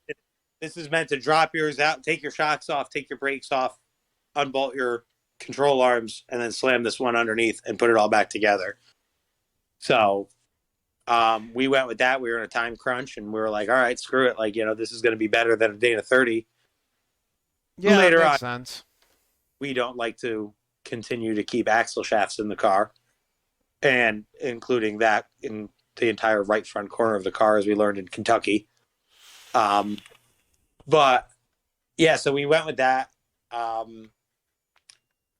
After Pennsylvania, we went back to the shop. I had smoked the motor, got to like 280 degrees, like trying to get out of the trails. Motor went back to the engine builder. He was like, oh, it sucks. You can't like run like race fuel. And I'm like, I can run whatever gas I want to run. He's like, oh, can I fuck with it? I'm like, do whatever you want to do. I don't care. I want more power anyways. So he rebuilt it. Thing got up to like 295 horsepower. yeah. Yeah, and I'm like, this thing's great. He's like, yeah, you got to run 98 octane. Congratulations. You have to run 98 octane for less horsepower than a stock LS. Yay. Exactly. This is like, once again, pick what class you want to do. Do you want to be the fastest slow kid? Or do you want to like have a car that sounds cool with the chop chop at the start line? You know? I'm all about that chop chop. I'm cool being the fastest slow kid. I'm used to that. Hey, I wasn't the fastest slow kid, but I was pretty close up there. I had fun. I But, lived my life being the fastest slow kid. I want that chop chop. You know, I was just about to make a joke about that, Luke. Good slow kid jokes, okay? Luke, It's I've known you- okay. I have the paperwork from the government saying I'm allowed to make those jokes. Oh God. Good. We don't want to offend anybody. But yeah, so like we missed Oklahoma because like we were just spending the time like figuring out how to build this car to like not break. And going back to my story in April where my co-driver's father had passed away. Now this is also a guy like I grew up with. Like he was a trip, right? Like he was just always sang Frank Sinatra at karaoke, like definitely smoked a bunch of weed. Great dude, loved him to death. And we go to Kentucky, right? And like the car feels good, like everything's working right. And me and Ant are walking back from the driver's meeting, and one thing Ant's father always used to say to us was, be cool, man. Just be cool. Like, calm down. Like, be cool. And the guy is walking in front of us with a T-shirt on that just says, be cool. Like, it wasn't like a band shirt or like a company shirt. It was just a shirt that said, be cool. That's like, awesome. And Ant's like, yo, yo, yo, yo, yo, yo, yo, yo, yo, yo, yo, yo, yo, yo, yo, yo, like, look at that guy's shirt. And I'm like, holy fuck. Be And he's cool. like, yeah, like, it's like, it's my dad is like sending this like signal, like, we just be cool. And like, we like hit the start line, like with this whole, like, dude, it poured. And I mean, when I say it poured, it torrential downpoured like 6 inches of water in like 4 hours. And the mud there was like peanut butter. And we left the start line and like 4 high, and like you put it to the wood and you didn't move. Like it just spun all 4 tires. And like whole race, it was like, be cool, man. Like, don't worry about it. He was making like funny noises in the car like out of his mouth that I thought the car was broke at times. And I'm like, what was that? He's like, oh, I was just making noises. Like, we're going down hills. And he's like, and I'm like, what was that? He's like, oh, it was just me. I'm like, can you stop? And I'm like, we're like, at this point, we hadn't finished a lap of a race. So, like, we almost crashed the car after we finished the first lap because we were so excited. And I'm like, all right. And we're just going around and going around and going around the course, having a blast, laughing, joking with each other the entire time. My dad comes over the radio. He's like, "You guys, I think they're gonna like wave the checkered for you this time." And we're like, "Dude, we're gonna finish the race! Like, this is sick!" Like, we don't even care if like we get a trophy or anything. Like, this is sick. We're gonna finish the race, cross the finish line, and then they're like, "Go over there by the spotters booth." And I'm like, "What? Why do you go over there?" He goes, "Because when you get on the podium, you go over there." And I'm like, "Oh, shit! Oh my god! Okay, cool." So like, I like call my sponsor and I'm like, "Yo, dude, like I think we got third because there was already 2 stock class cars there." And I'm like, "I think we got third." And I'm like, "This is cool. Like, we're gonna get a trophy. Like, we're cool people now. Like, we did it." And yeah, like all of a sudden, like they're letting the air out of my tire, and I'm like, "Why are you doing that?" He's like, "Well, when you win, we make sure you don't have tire balls." And I'm like, "What do you mean? Like, win? Like, we didn't win." But okay, whatever. We go back to like the camper, and like we're like, "Oh my god, we're gonna get a trophy in a couple hours. Like, this is so cool. We can't wait." And we go back, and we're sitting with Albert Contreras, who is like the nicest guy in the world, and Mike Justo, who's from Hebron, Connecticut. And we're sitting there, we're all talking, and they had already given Albert the champagne. So I'm like, "Oh, cool, Albert won the race. Like, that's awesome." And I'm like, we're all talking, and like, "Man, yeah, that was like a hell of a 5 laps." And I'm like, 5 laps? 5 laps. I was like, I did 6. And they're like, "No, there's no way you did 6 because you came in after us." And I'm like, "No, I did 6." And I remember like looking at Bopper and my father, and them like, you definitely did 6 laps." And I'm like, "Yo, did they just play a joke on me and make me do 1 extra lap for fun?" No, it's like what? It's like 30 minutes in a last lap or whatever, 12 hours in a last lap, probably. Well, like regional races are like 2.5 hours. Yep. Yeah, it's probably about 20 to 25 minutes of just getting the shit kicked out of you for fun. And I'm like, this is fucking bullshit. And then like they announced Mike Justo in 3rd.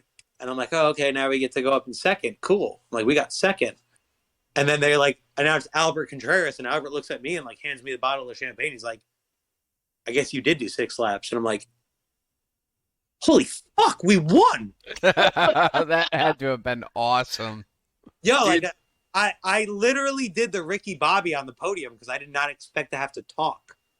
Like, I was like, I don't know what to do with my hands.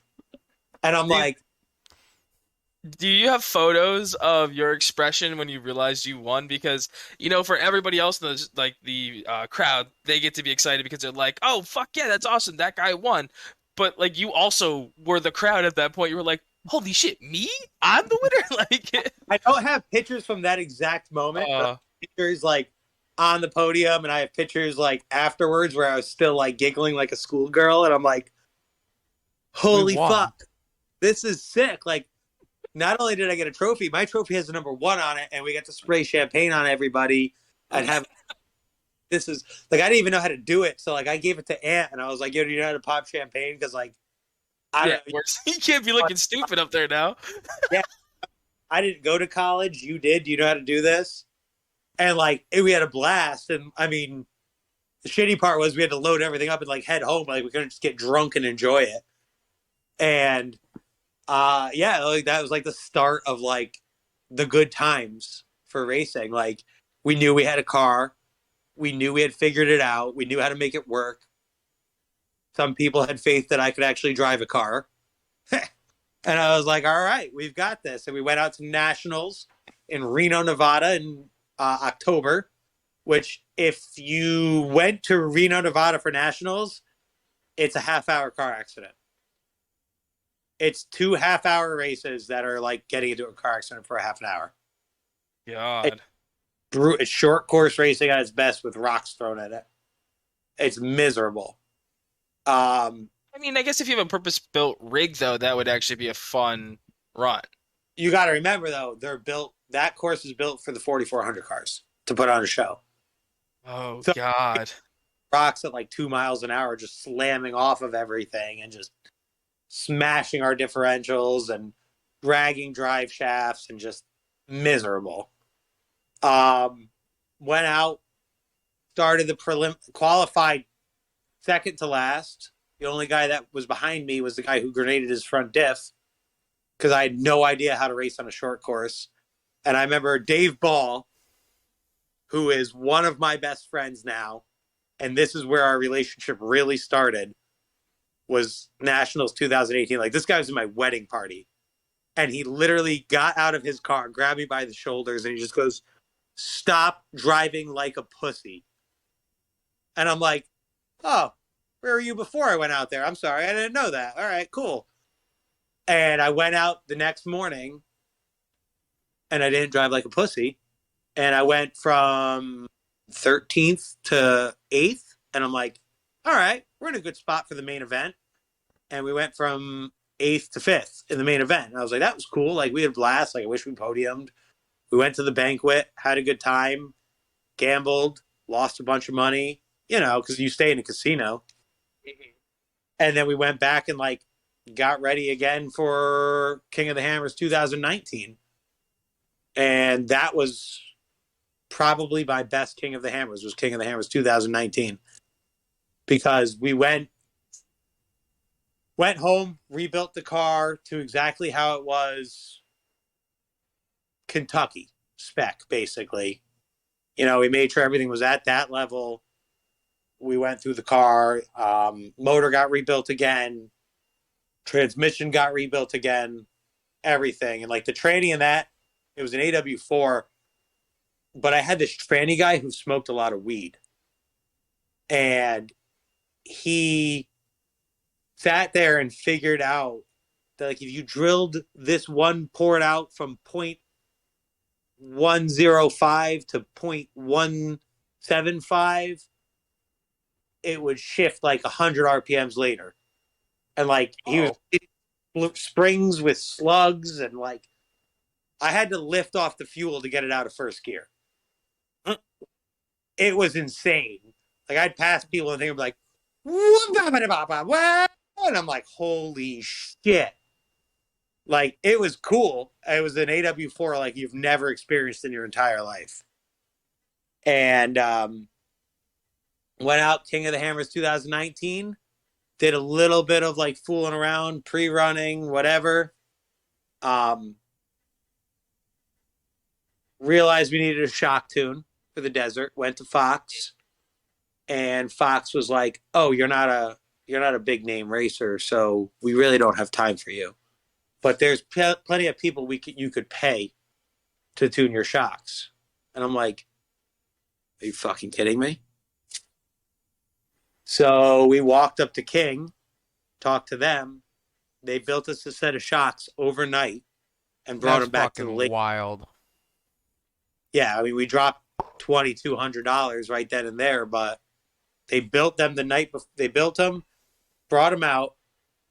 We realized that we messed up by getting solid mounted piggyback reservoirs on the fronts. And the guy Bopper drove back to King Shocks, wherever it is in California. Met them at the door at 8 o'clock in the morning. They were like, "Dude, not a problem." Changed the top hatch, changed the reservoirs. He had already measured like how long he wanted the hoses to be. They figured out how much like fluid needed to be in the shocks for the reservoirs, with the valving for our weight, everything like that. We got the shocks on the car at 8 o'clock at night, the night before the race. Went to the driver's meeting, came back, and King Shocks shock tuned us at like 10 o'clock at night in the middle of a sandstorm. Jesus. Got the dedication right there, boys. Seriously, there's a guy named Aribe He is amazing. He literally was like, "We're going shock tuning now." I'm like, "Yeah." He's like, "Okay." And he turned around. He goes, "Who wants to come?" And like three blondes got in the back of this Bronco, and like a bunch of other dudes got in trucks, and like all these people were out there shining lights on us as we went back and forth in this shock tuning session. He tuned everything, made it work good, and like we were good to go for the next morning. And this was also my girlfriend at the time, but my wife now's first King of the Hammers ever. She had never seen anything like this. And we qualified, I think, on on Monday, maybe Sunday. And she put me in the car and she looks at me and she's like, "All right, babe, just be careful." And I just remember looking her square in her hazel eyes and saying, "I'm going to do some dumb shit right now." And she's like, "What?" And then my buddy Jamie walked over, shut the door to the XJ, pulled my belts tight, put my window net up, and away I went. And I went and did dumb shit. And I think we qualified 5th out at King of the Hammers. So we knew we had a fast car. We knew everything was good. And we went now with King Shocks on board. And they actually figured out how to get us about another 1.5 inches of up travel and like another inch of down travel by That's using wild.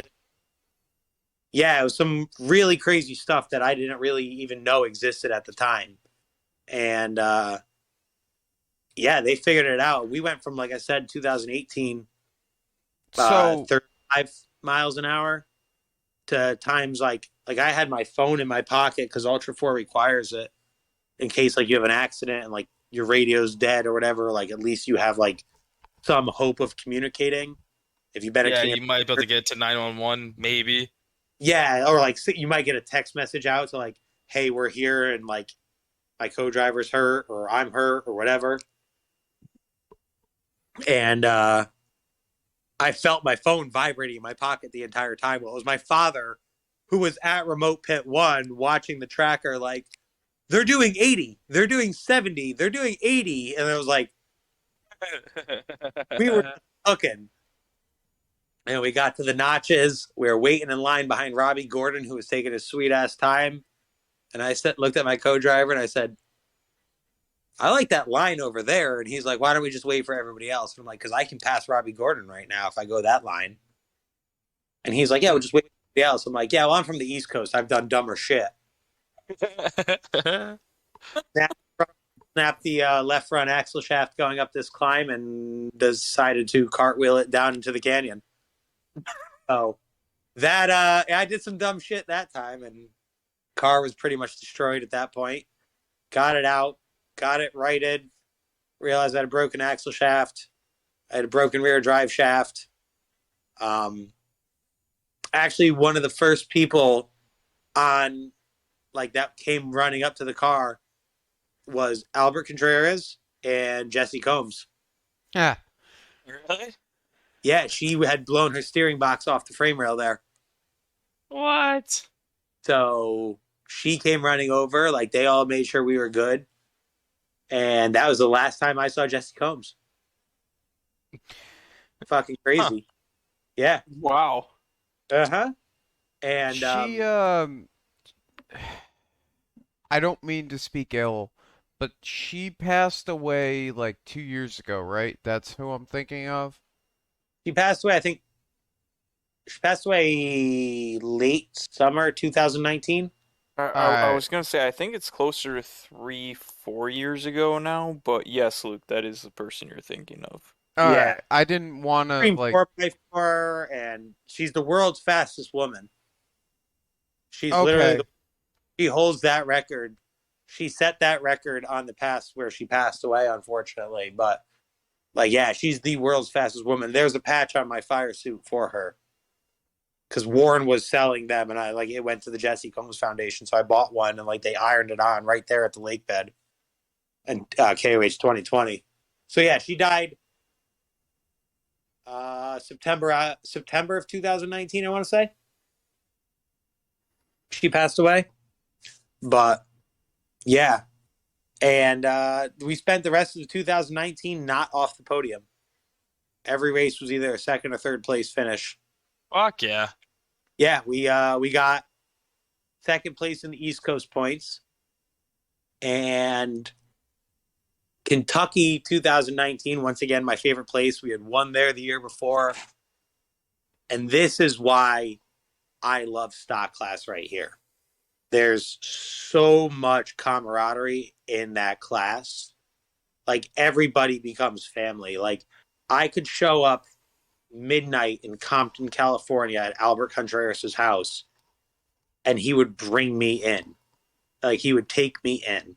I can definitely see that because it still has a grassroots feel compared to these, not money hungry, but like once the big corporations get behind certain vehicles, like once the vehicle is not owned by the driver, it starts to get a little headache. Like everything, it just feels like work, right? Oh, absolutely, 100%. And we went out there and like we pre-ran their course. It was fun. It was a good course.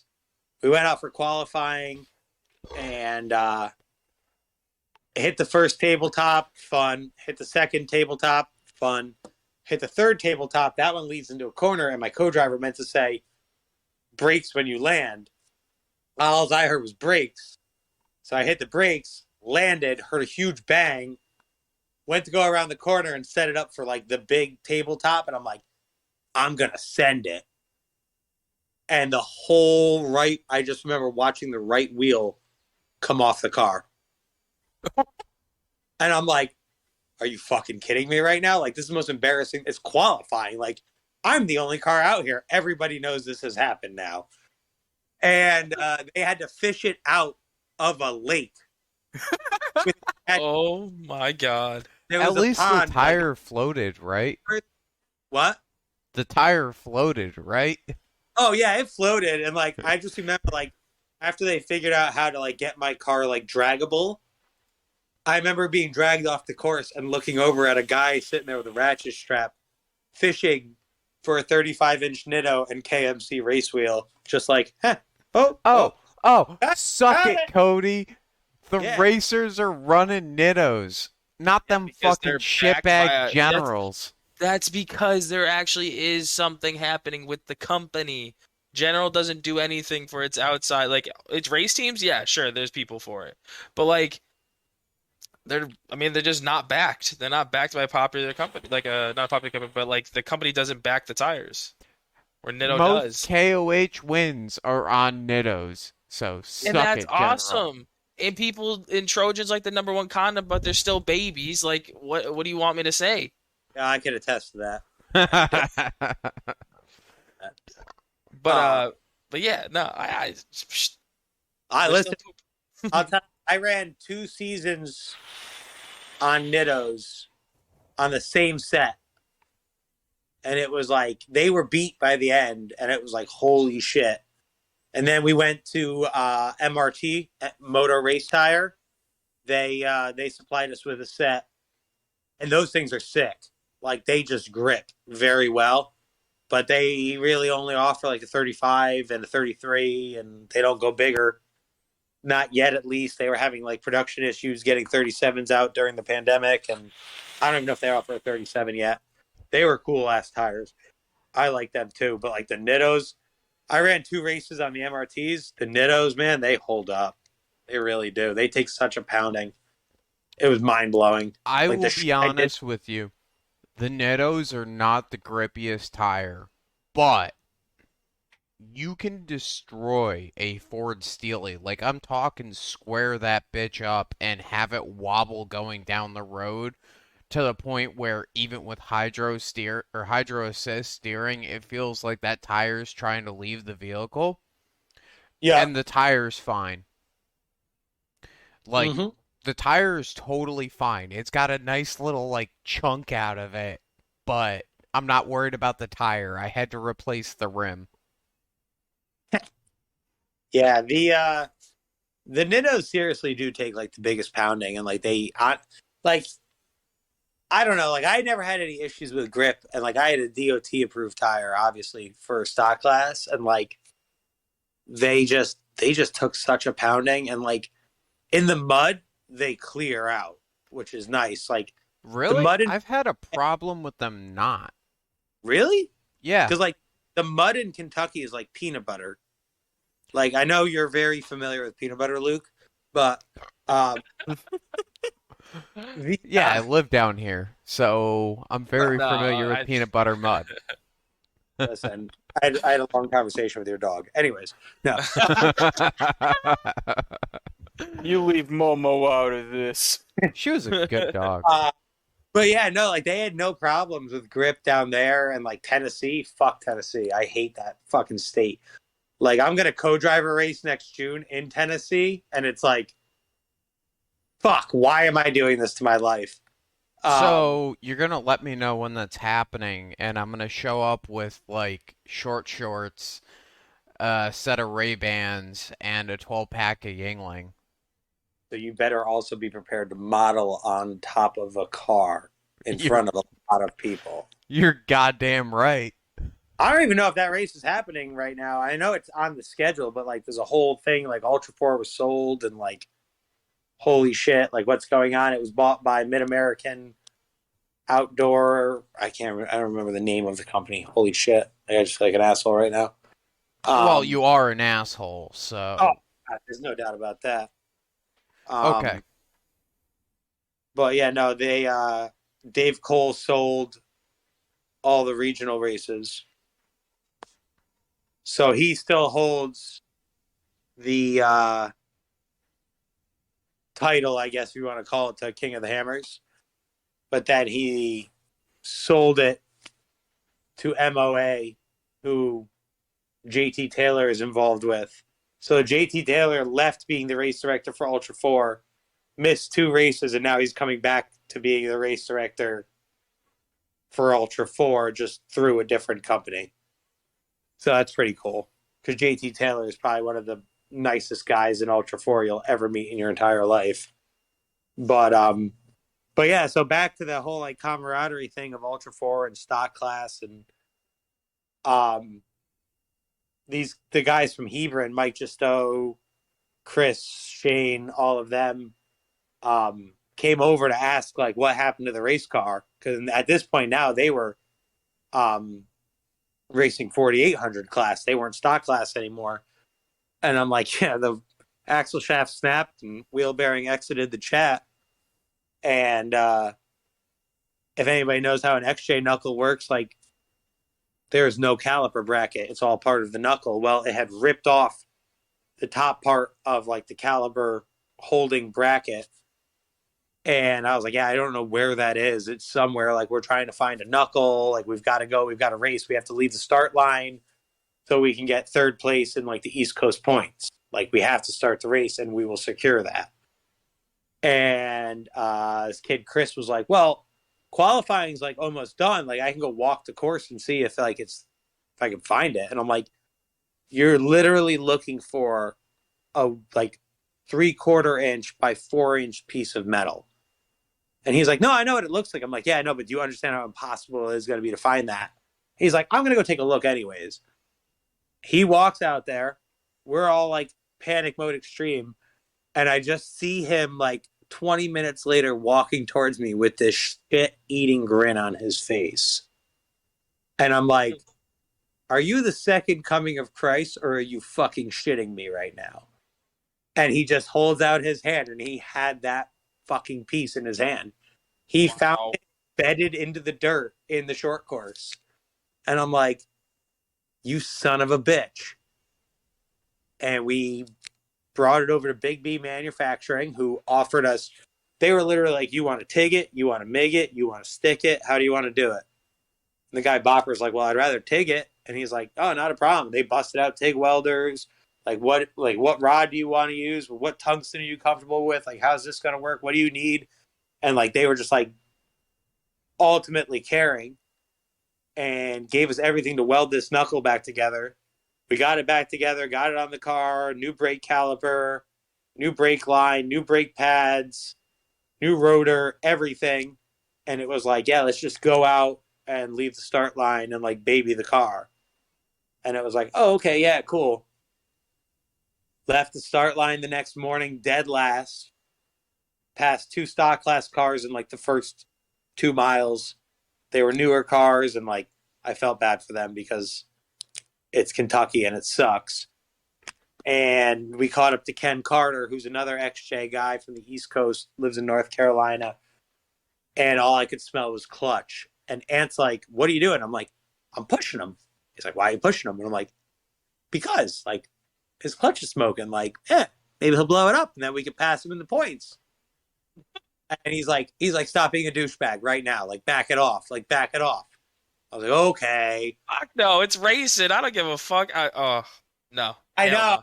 but like, Ant was the best, and still is the best at keeping me cool and calm and collected. Like, yo, like, you can't finish this race if you push too hard. So like, that's the biggest thing. Like, Yeah, but if you clear that guy in front of you, makes you just a little bit more relaxed. nah, because then knowing Ken Carter, he'd come right back up and push my tailgate right in. And I would do the same to him, but at the end of the day, we would drink beer together. Like, that's the best part about stock class, is you could slam each other. Nationals 2018, Brian Barron rear-ended me in the rock section, pushed my tailgate right in. We got done with the race, and I ran into him, literally, car to car, in the pits, like tire to tire. Like, I didn't Cole Trickle and the Russ Wheeler move here. Pulled up, and like our tires hit each other, and he looks at me and goes, "I'm so sorry." And I said, "It's okay. I like anal. It's fine." Yeah. And that was it. Like, I knew that I made my point, that like I was a little pissed off about what he did, but it was fine. And that's how it works. And like, then you drink beer with everybody afterwards. And With dirt biking, it's very similar. But also, if I knew a guy was having a small struggle in front of me and I could just kind of ease up my race by not pushing him out, but like getting in front of him, then I mean, I'd shut the door on somebody in a corner just for fun. I used to do it to my dad when him and I would be practicing, regardless. So I mean, I guess I have a more of aggressive mindset with that like sense, but like I don't know, I'd still chill and like talk shit afterwards. So I have the same mindset as you. Anthony, calm and cool. And he was like, "Yo, we've got 5 laps of this. Like, if his clutch is smoking on the first lap, he ain't going to last much longer." And I'm like, "All right, sure." And I backed off. And like, at that point, I was overheating the car anyways, because I was pushing it too hard. At least that's what I thought in my mind was. But we had forgot to turn on the tranny cooler fans. So like, the car was getting hot. So we backed off, and I pulled into the pits because it was getting warm. And we always kept like an old school water fire extinguisher in the pits to blow out the radiator, like to get the mud out of the radiator in the pits. yep. So like, I radioed, or one of us radioed in, like, "Hey, we gotta come into the pits. Like, we're getting warm.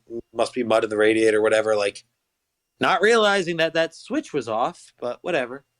And we pulled in, and Ken was out of his car already, and he literally came over, like, took my window net off, and was like, "Yo, man, congratulations. You crossed that start-finish line. If you leave these pits, you've got second place in the East Coast points." And I'm like, "Well, put my fucking window net down so I can, please." Yeah. And he was like, and he gave me a high five and like shook my hand, and I was like, "All right." And then we went back out on the next lap, and that's when we realized that we were cooking the transmission. And we were going up this massive hill climb. I was like, "Wow, there's a lot of smoke. It's like Cheech and Chong's riding with us." And then I looked at the tranny temp gauge and realized that thing was pegged. Looked down at the switch, that was off. Hit the switch. Luckily, XJs, you cannot modify the doors either. So like, we didn't have door panels. We just had them open, like, you know what an XJ looks like without door panels on it. That was filled with half-drank water bottles from like every race that year that we just never emptied. There was also a roll of toilet paper and Doritos. Nice. Anthony was supposed to eat the Doritos if we won a race. He didn't eat the Doritos when we won the race. I was really upset about that. And we were pouring these half-drank water bottles on the training cooler, like trying to get it cool enough to where the transmission would actually work again. And it was like, "You've got to be fucking kidding me. Like, this is how we're going to end this year out, like the East Coast series." And I just remember pulling into the pits and Bopper sitting there with ice from the cooler and just putting it on the tranny cooler. And it worked enough to get us through. And I hit a tree because, I didn't have any body damage yet. And I really felt like I needed a challenge before nationals. Like, I got to paint something. And I hit a tree with like 4 miles left. And I was like, oh, wow, all right. It was always the left front corner. I never hit the passenger side. It was always the left front fender. And, Well, you got to watch out for your passengers. well, that's what I said. Like, he would always make fun of me. Like, hey, like, why do you always hit the driver's corner? And I'm like, I just care about you, dude. Like, I don't want you to get hurt. Like, That's I'm the exactly opposite. what it is. My passenger side's all fucked up. and we went to go again, and I realized I had no brakes with 4 miles left, and we finished the race 4 more miles without brakes. We were just Jeez. dropping it. Like, if we knew we had a downhill climb going, I would just slam it into 4 low and put it in first gear and just kind of like engine brake it down. And then I would, like, we were famous for making funny noises in the car. So like at that point, we're talking July of 2019. My daughter was 16 months old and she was starting to eat solid foods. So we would always tell her, chew, chew, chew. So like every time I would go up a hill, it was, come on, chew, chew, chew, chew, chew, chew, chew, chew, like eat, eat, eat, eat, eat, eat, eat. And it was just, yeah, we were laughing like Lily was in the car with us. Like, we got to tell her to eat. Like, we were basically calling the car my daughter, like, tell her to eat, tell her to slow down, like, do all this stuff. Yeah, like, come on, girl, you got this. Just keep moving. Yeah, keep moving. taking care of a 16-month-old, put in the car. And it was like, all right. And we got done with the race. I remember I came across the finish line and like, I always tried to finish the race like as fast as possible. Like once you came back into that short course, like you had to look like you had your shit together. Like I knew there was a tabletop at the finish line. I was like, we got to send it. And like, I hit that tabletop and I was like, fuck, I have no brakes. And we barely slowed down enough to get off the short course before we would have to have done the entire short course again to get off the race. And we probably would have got yelled at by Dave Cole. But we got off. We're like, yeah, go over by the spotters booth. And I'm like, there's no fucking way we podiumed. And we got third place. Wow. Like, all right, cool. So we started the race with half of a brake caliper bracket, and we finished the race with no brakes, and we got third place. And just a good time. Like that's what stock class racing really comes down to, is just a good time. Like you've got to get past the fact of like you've got Ford backing Broncos or Savvy building JKs and JLs. And you have to understand that there's going to be these high dollar people involved in the sport. But at the end of the day, a group of kids with like a dream can do it. And you can have fun with it. Like, you got to celebrate the fourth places and the fifth places and the third places and the second places. And if you get to that, when you're like dealing with those high dollar rigs, because there's nothing to sneeze at there.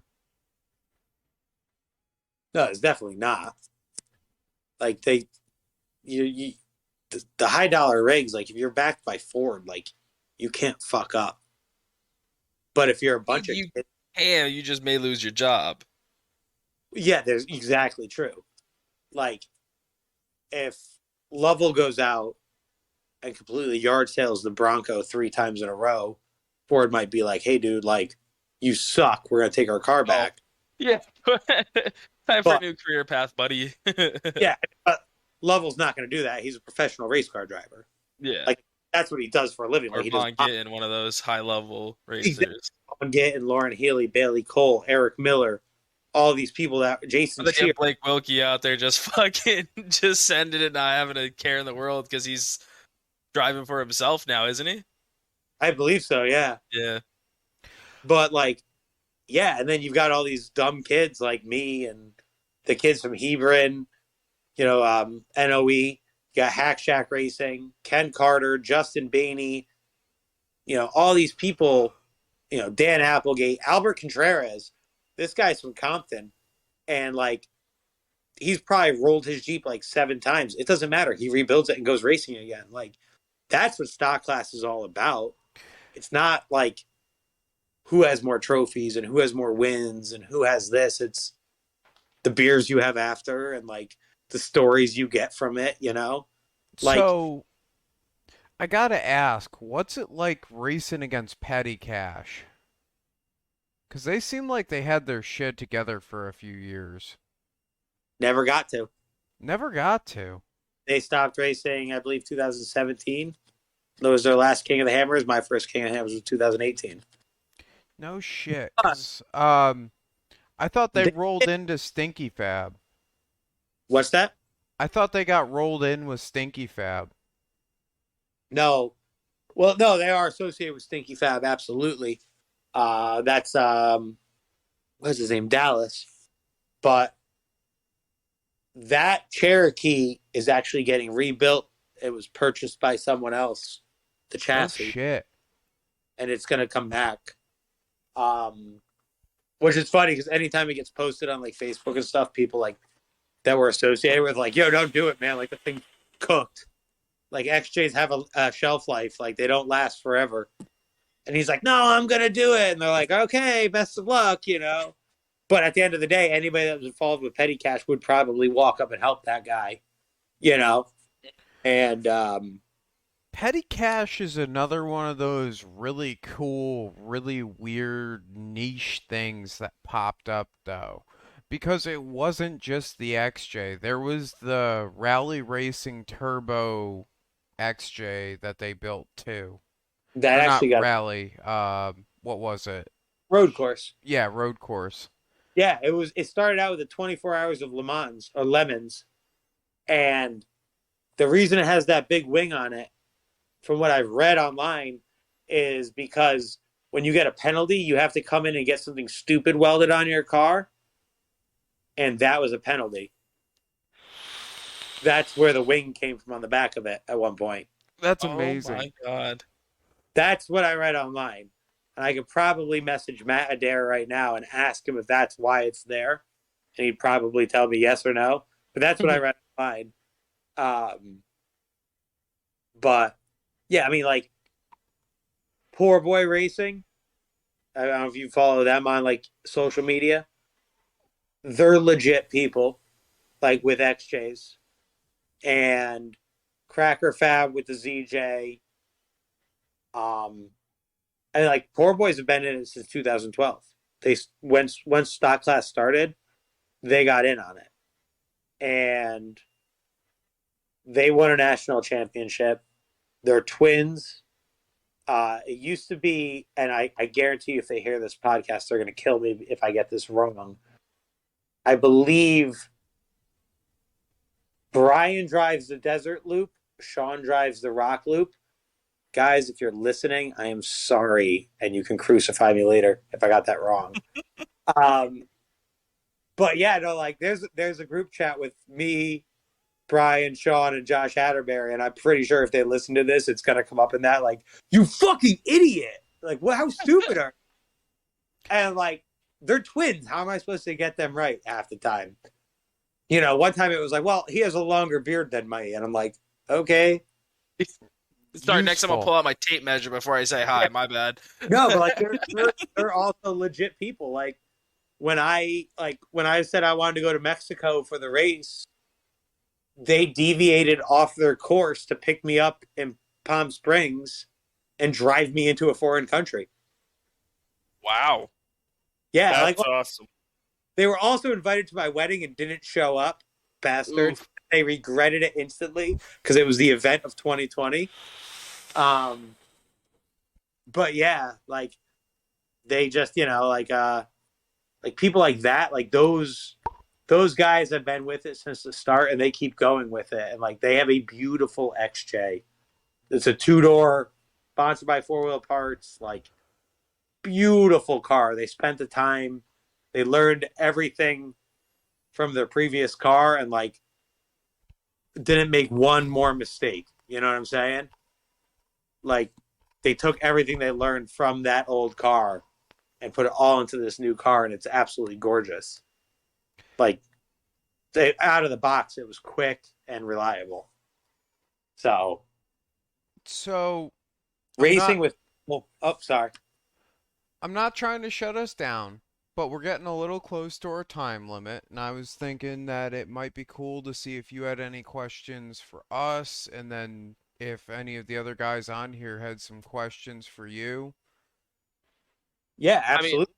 I I'm gonna be mean, honest. I was just listening. I was fucking loving every second of it. You first off, you're a great storyteller. Just saying, like I'm just sitting here fully entertained, just listening, like a little kid sitting next to a campfire, just like, and go on.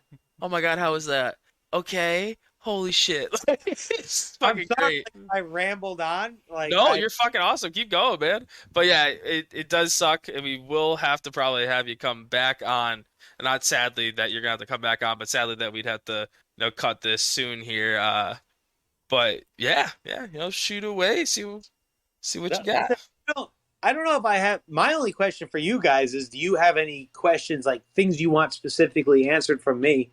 Because if I'm gonna come back on this, I want to bring people like the Poor Boys and Josh Atterbury and all those guys, like a massive shit show podcast of a bunch of stock class racers for you guys. Love So it. like We're is there game. did you have me specifically? Because other than that, like we could do another podcast with a bunch of stock class racers where you guys could just have a plethora of knowledge.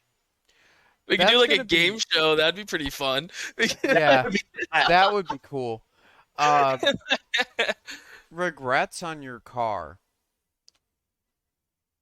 Like, what do you mean regrets? Like design wise? Yeah, something about the car that like seemed like it was gonna be a really good idea, and then you're just like, holy shit, I regret doing this.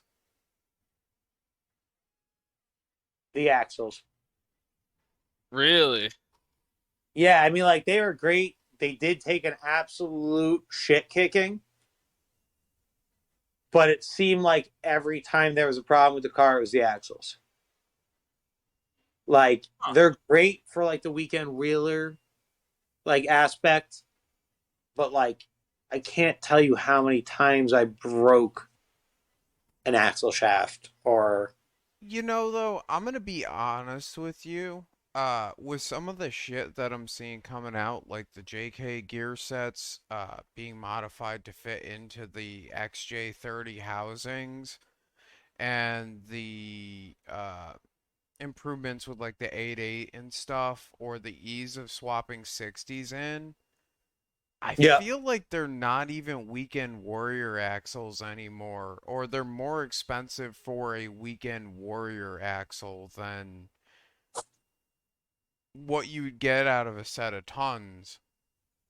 Not trying to be like a dick and No, nitpicky, but I like, listen. I absolutely agree with you, and like I wish, like after we had our first issue with the axle, like breaking an axle shaft and shit like that, I kind of wish we just went back and like bought a set of 60s or Spider, or like at that point like Spider nines and just put them underneath it and like went for broke.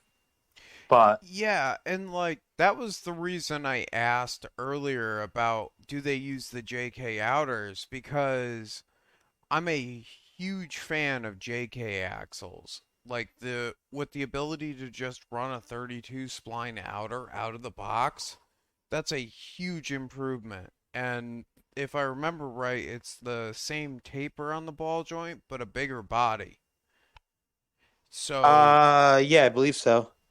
so it's like, man, what the fuck? Yeah. The stock outers make sense, but like it kind of like hurts my soul a little bit. No, yeah, absolutely. Like that was the biggest thing. It was like I spent on my Dana 30 that was in the XJ. Like I wheeled the XJ at King of the Hammers 2017 when I went out with Hack Shack to help them, and like actually my boss now hauled all of our shit across the country on one of the back of one of his trucks. We all went out there, and I had a Dana 30 on. I had JKS. Hang on a second. I had a JKS passenger side knuckle. I had RCVs, RTEC truss. I had everything you could do to a Dana 30 done to it, and I felt like that was stronger than the Core 44. Like, if I was gonna go, if I could have taken that $5,000 spent on that Core 44 and put it somewhere else in the car, it would have gone to like Damn. better bump stops and shocks and shit right off the rip. But we spent that on that because it was like, okay, like this is better, but like things were also cheaped out on, like, because like my sponsors bought that, like it didn't have chromoly axle shafts out front, and they were like, well, then we have to change the carrier. And then when it came time to change to a 513 gear, they were like, I was like, now's the time to get the new carrier to run chromoly axle shafts out front. Like, we shouldn't be, nickel and diming this shit. And they were like, well, that's like an extra $900. And I'm like, oh, okay, fine, sure. And I spent 2019 fighting axle shafts being blown out of the car, So like, that's why I really. Fuck, man, that just blows my mind though. Cause like, my axle swap is not perfect. I am not going to claim it is perfect by any fucking stretch of the imagination. But I'm gonna ballpark it at like 25 for the initial, or maybe 2,000 for the initial setup. And Yeah. like, $5,000 is fucking painful to hear because it's like all those issues that you had, you wouldn't have had with a 60 on 35s. I mean, like, it had clearance. There's no doubt about that. Like, if you Yeah, put a you 60 get up there, clearance, but like you could but have done a shaved 60 with, and I know you can fab, so like shaving the 60 would not have been that big of a deal for you. exactly. You look at the time difference of installation when originally we had 29 days, and then it was like, okay, we went back and we redid the car a little bit for AOA, Yeah, I mean that and then like, 29 days is probably the worst thing about it because like oh, there's absolutely. I'm running an RTAC up front with like a Barnes truss in the rear when I went and did the 4-link, but before that it was not set up that, or it was set up with the RTAC up front, but no truss in the rear and just an anti-wrap bar. And other than hubs, I couldn't break it. And like if you spent the extra $600 on a nice set of hubs and or slugs because of your application, you're not street driving it, right? No, absolutely. I mean, I did drive it down the street, like, but like 2 miles from one shop to another shop to get the stickers put on it. Yeah. And that is my biggest regret is the front axle. Like the rear axle, the It's rear just a axle, like, JK44, right? well, yeah, it's a Core 44, but it uses all JK shit with a 5-on-4.5 bolt pattern. It just hangs out back there, basically, for the most part, unless you're like really doing some insane crawling. It's just kind of being pulled along all day. Yeah. That and limit straps. And if I don't mention limit straps, I know Dave Paul and Sean Malone will crucify me because I didn't have rear limit straps on the car at King of the Hammers 2020, and I ripped my rear shocks off. That So reminds me that I need to go and set up some limit straps in the back of mine. limit straps are key, especially if you're running coilovers. You've got to have limit straps. Listen, man, it came out of hibernation after sitting for a year, and minor details were overlooked. It's the same here. That's the thing is, there's if I could redo it all, I could save thousands of dollars. I can tell you that right now, and just not rush Fun it. in that, Oh, absolutely, absolutely. But yeah, no, I think my biggest regret would be the axles. It definitely would be the axles and no limit straps in 2020. But that would be the biggest. Like there's a lot of places. If I spent more time doing it, I could have saved money in the long run and had a stronger front axle that could have taken a bigger pounding. So Kinky. Kish, do you have any Yes. questions? Yes, I do. I was actually waiting for you guys to be done talking about the axles to ask. What do you do during your off time?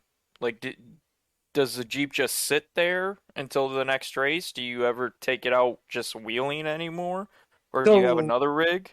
so right now it's absolutely just sitting. Um, right now I'm kind of just spending a little bit of time like with my family and like shit like that, and I just want to kind of focus on that a little bit more right now. While I was racing, no, actually, it spent most of its time on a lift, getting fixed Okay. every race, Oh, yeah. and that was kind of like the biggest letdown of it.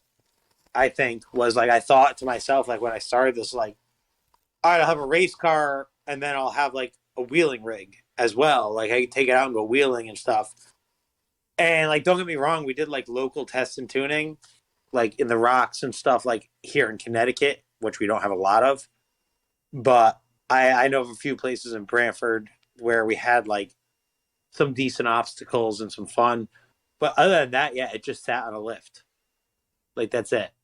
It just sat there and got torn down and put back together. And like that's kind of like the biggest thing about like unless you have like if I was 60 years old and retired and I can come back from a race and like spend my time on it and like fix it all up and like put it back together within like 2 weeks, yeah, then I could take it out and go wheeling and like really find weak spots. But like having a kid, planning a wedding during a pandemic, and racing, like, and work, full time job, like, it kind of like, I wouldn't say the Jeep needed to be itemized and figured out in a timely manner to where it was like, okay, so like this part's getting ordered this week. We're going to get that. We're going to put that in. We're going to do that. We're going to do this. This needs to be modified and welded. And then by the time it was done, it was like, well, we're going racing next week. So might as well just leave it on the lift so the tires don't get flat spotted, you know? And Yeah.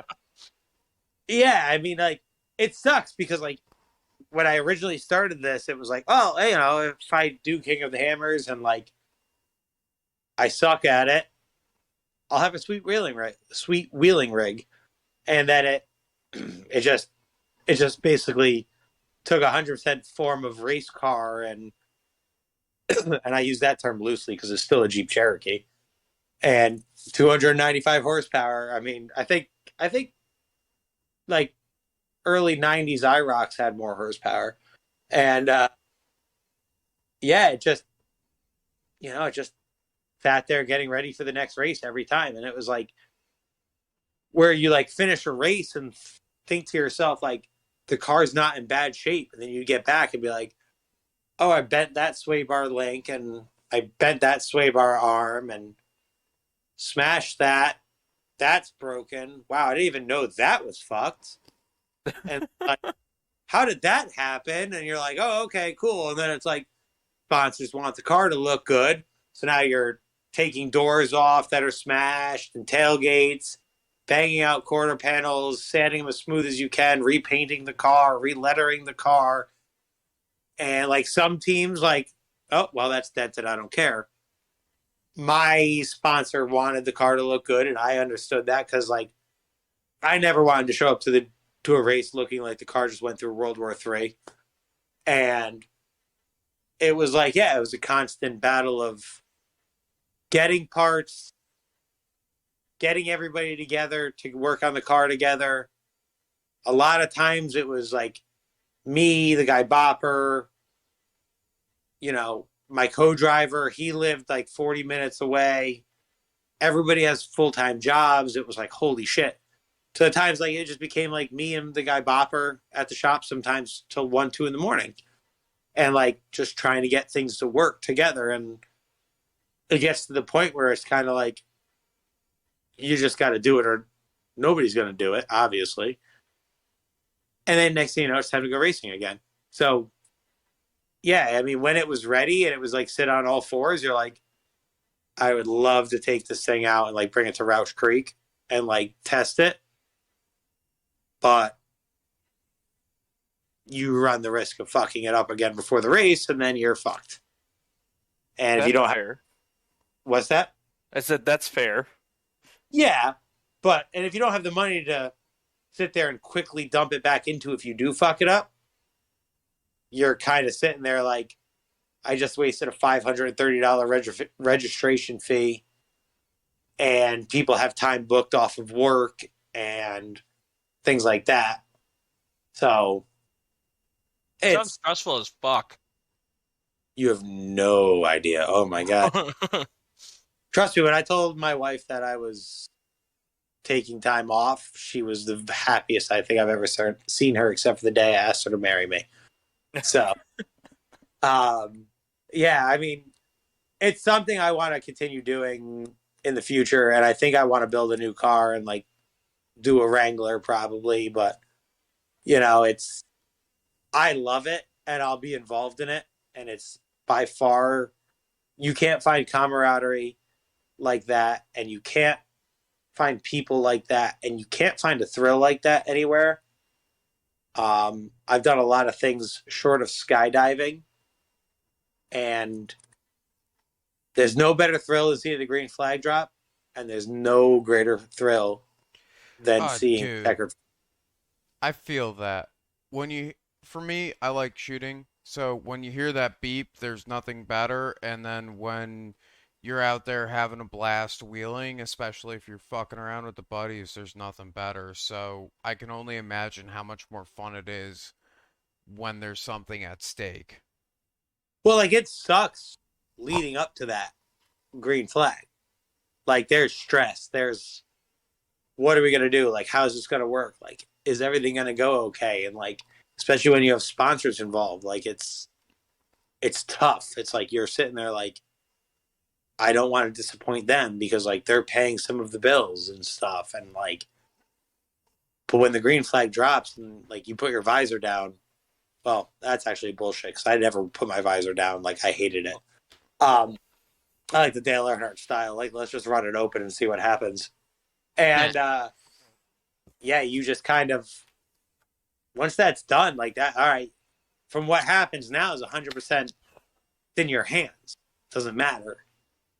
So you, like, the worries of, like, your at-home bills and you're paying for your kids' daycare and all that stuff, it kind of just goes out the window for 2.5 hours. I'm like, I sound like Dominic Toretto for the next quarter mile. I'm free. Like, no, like, for the next 2.5 hours, like, that's out of your mind. And, like, that's that thing. And it's like, when you leave the start line for King of the Hammers, like, you've got like that short course to start with. And it's like, that's where all the energy is. And, like, you pull out of there, like, bat out of hell, like, full tilt on the throttle, hitting all the jumps, like, look at me. And then it's like you get into the desert and you're like a donkey going through the whoops and just like, wow, wow, wow.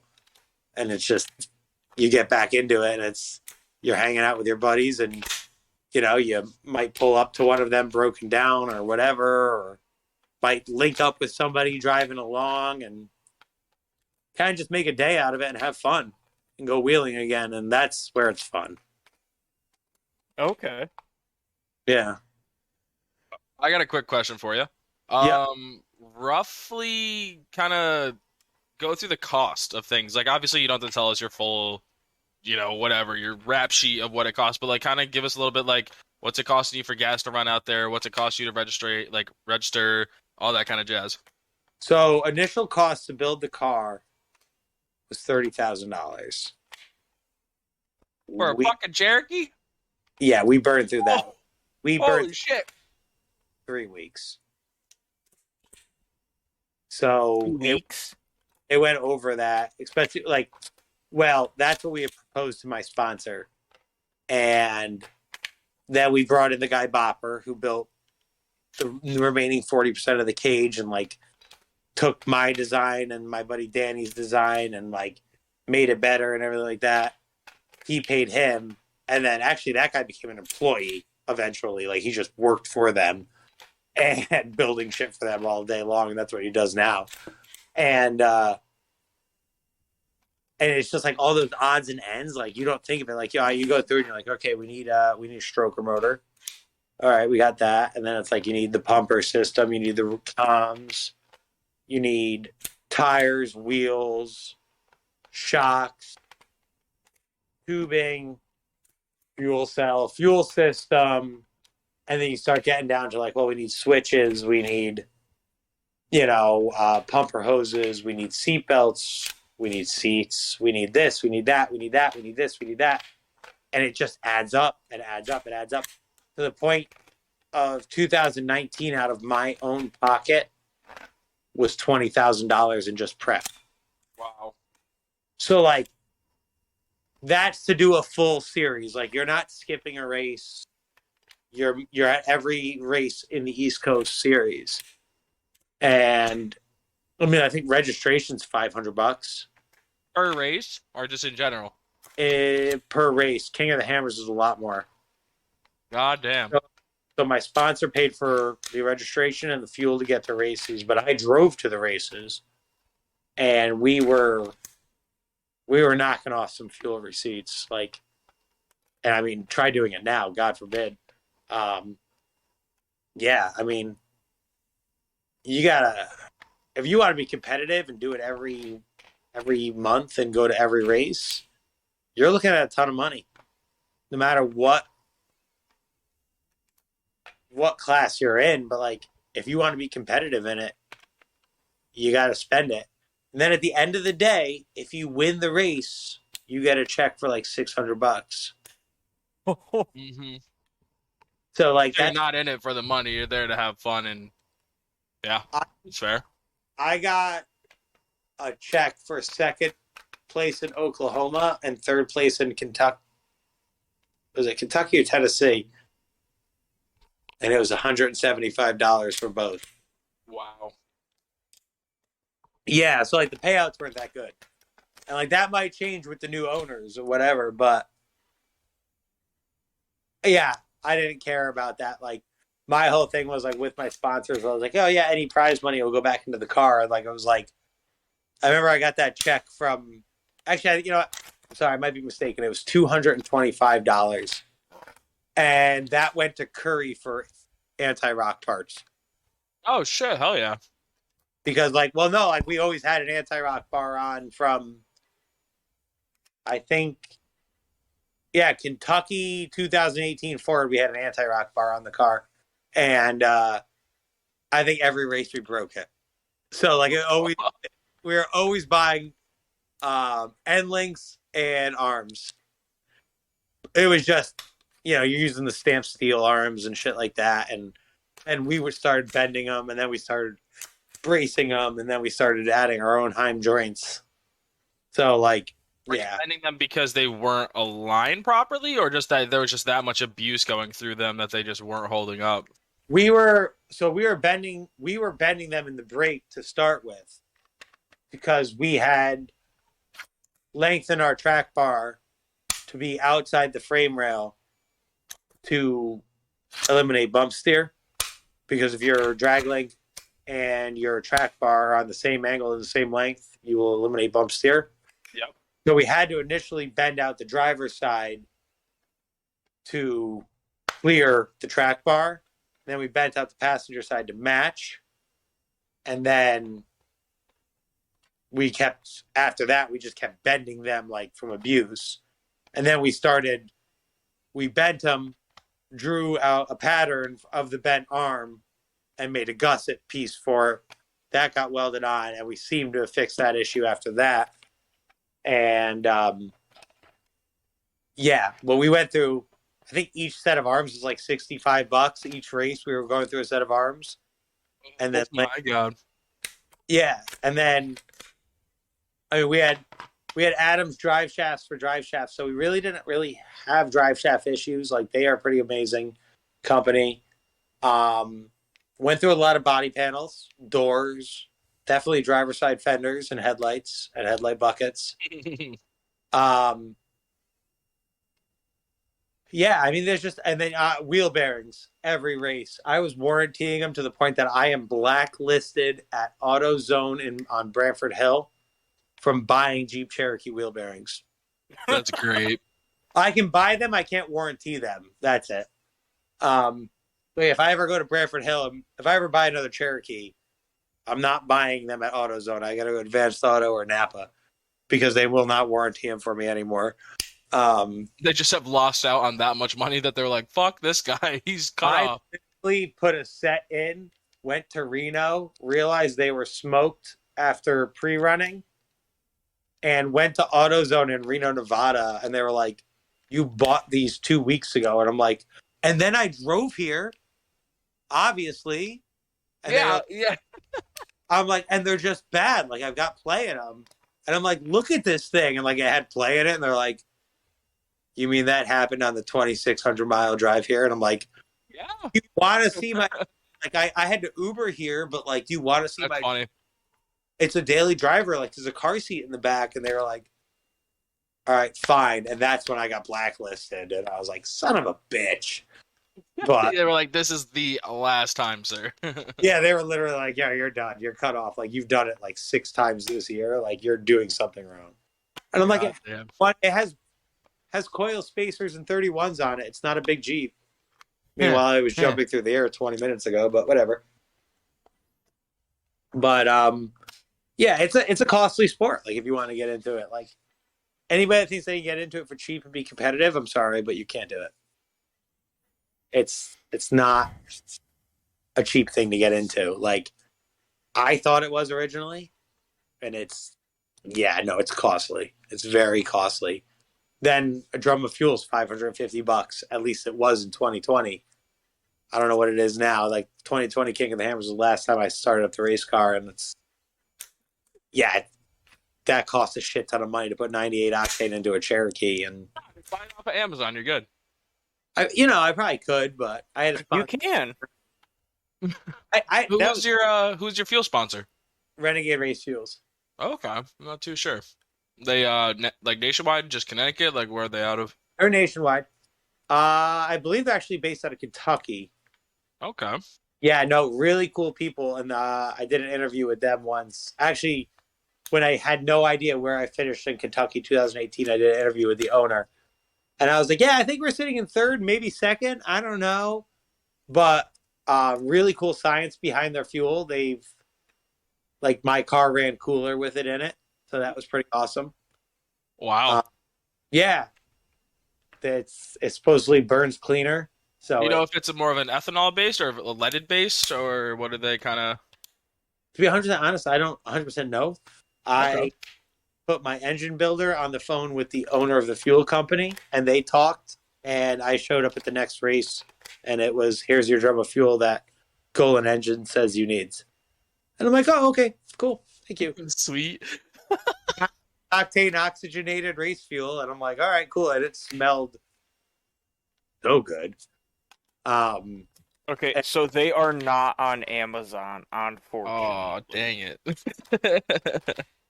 They are great people, and they do sell 5-gallon pails of it. So if you ever want Oh to buy shit. yeah. And they are a family-owned and operated company. Tony Baptiste owns the company, and he's a really cool dude. That's Yeah. sick. Yeah, I was really disappointed. He was supposed to be at Reno, and he wasn't there because he told me, I'm buying you drinks, and he couldn't make it. He had a family emergency, son of a bitch. But I was looking forward know. to it. Imagine having a A family emergency. Yeah. But So, they had great salesmen who are awesome dudes, and I did play some craps with them and roulette with them. So then they did buy drinks. So they did make good on it. But yeah, no, they're really cool people. I mean, like, VP is a great company, but like, this is a very small company, and they remember your name, which is nice. They got good fuel, and they're a small company, and they can actually produce what you need. Yeah, they can actually. They have he was telling me that they will, if you tell them what you need, they will make the fuel to you. So So, Shit. yeah. I think that we've all asked a question, and we're a little past time limit, so I figure that at this point in time, any final thoughts, Dizzy? No, I just want to say thank you guys so much for having me. This was really fun, and I hope Thank we can all you. get together again. Yeah, I Absolutely. mean, we I can definitely guarantee it. can figure something out. I'm gonna be honest with you, right now we are booked out until the middle of April at this point. And we're gonna have podcast up until the beginning of May, but we can definitely figure something out in that time frame. Oh, absolutely. Um, and on that note, Hold keep on. Just want to say thank you everybody for listening. And if you can, remember, go over to Instagram and Facebook, drop us a like. And where can where can we follow you on any of the social media? Me? Yeah. You can follow me on CT_Dizzy. That's my personal Instagram. And Facebook is Christopher William. But Perfect. social medias right now. And when I come out with something that might involve some more off road racing stuff, I will drop a link to you guys to post up and let you know what I'm going to be doing with racing again. that's Perfect. gonna be Can't beat that. awesome. Um, keep me posted about what's going on in Tennessee, especially if you guys are gonna be at like AOP. Um, Yeah. shit, that's like an hour away. I'll take a day off of work to go and drink some beer. Oh, yeah. Because that will be definitely happening. So, yeah, no, totally. I mean, I'll once I know for sure if we're racing and we're going or whatever, I'll let you know. Yeah, man, that's gonna be awesome. And on that note, for the are we good this time? Yeah, Before we're good this time. okay. On that note, keep your race gas quite fancy. Don't buy Dana 44s masquerading as Dana 30s, and we'll catch you next time.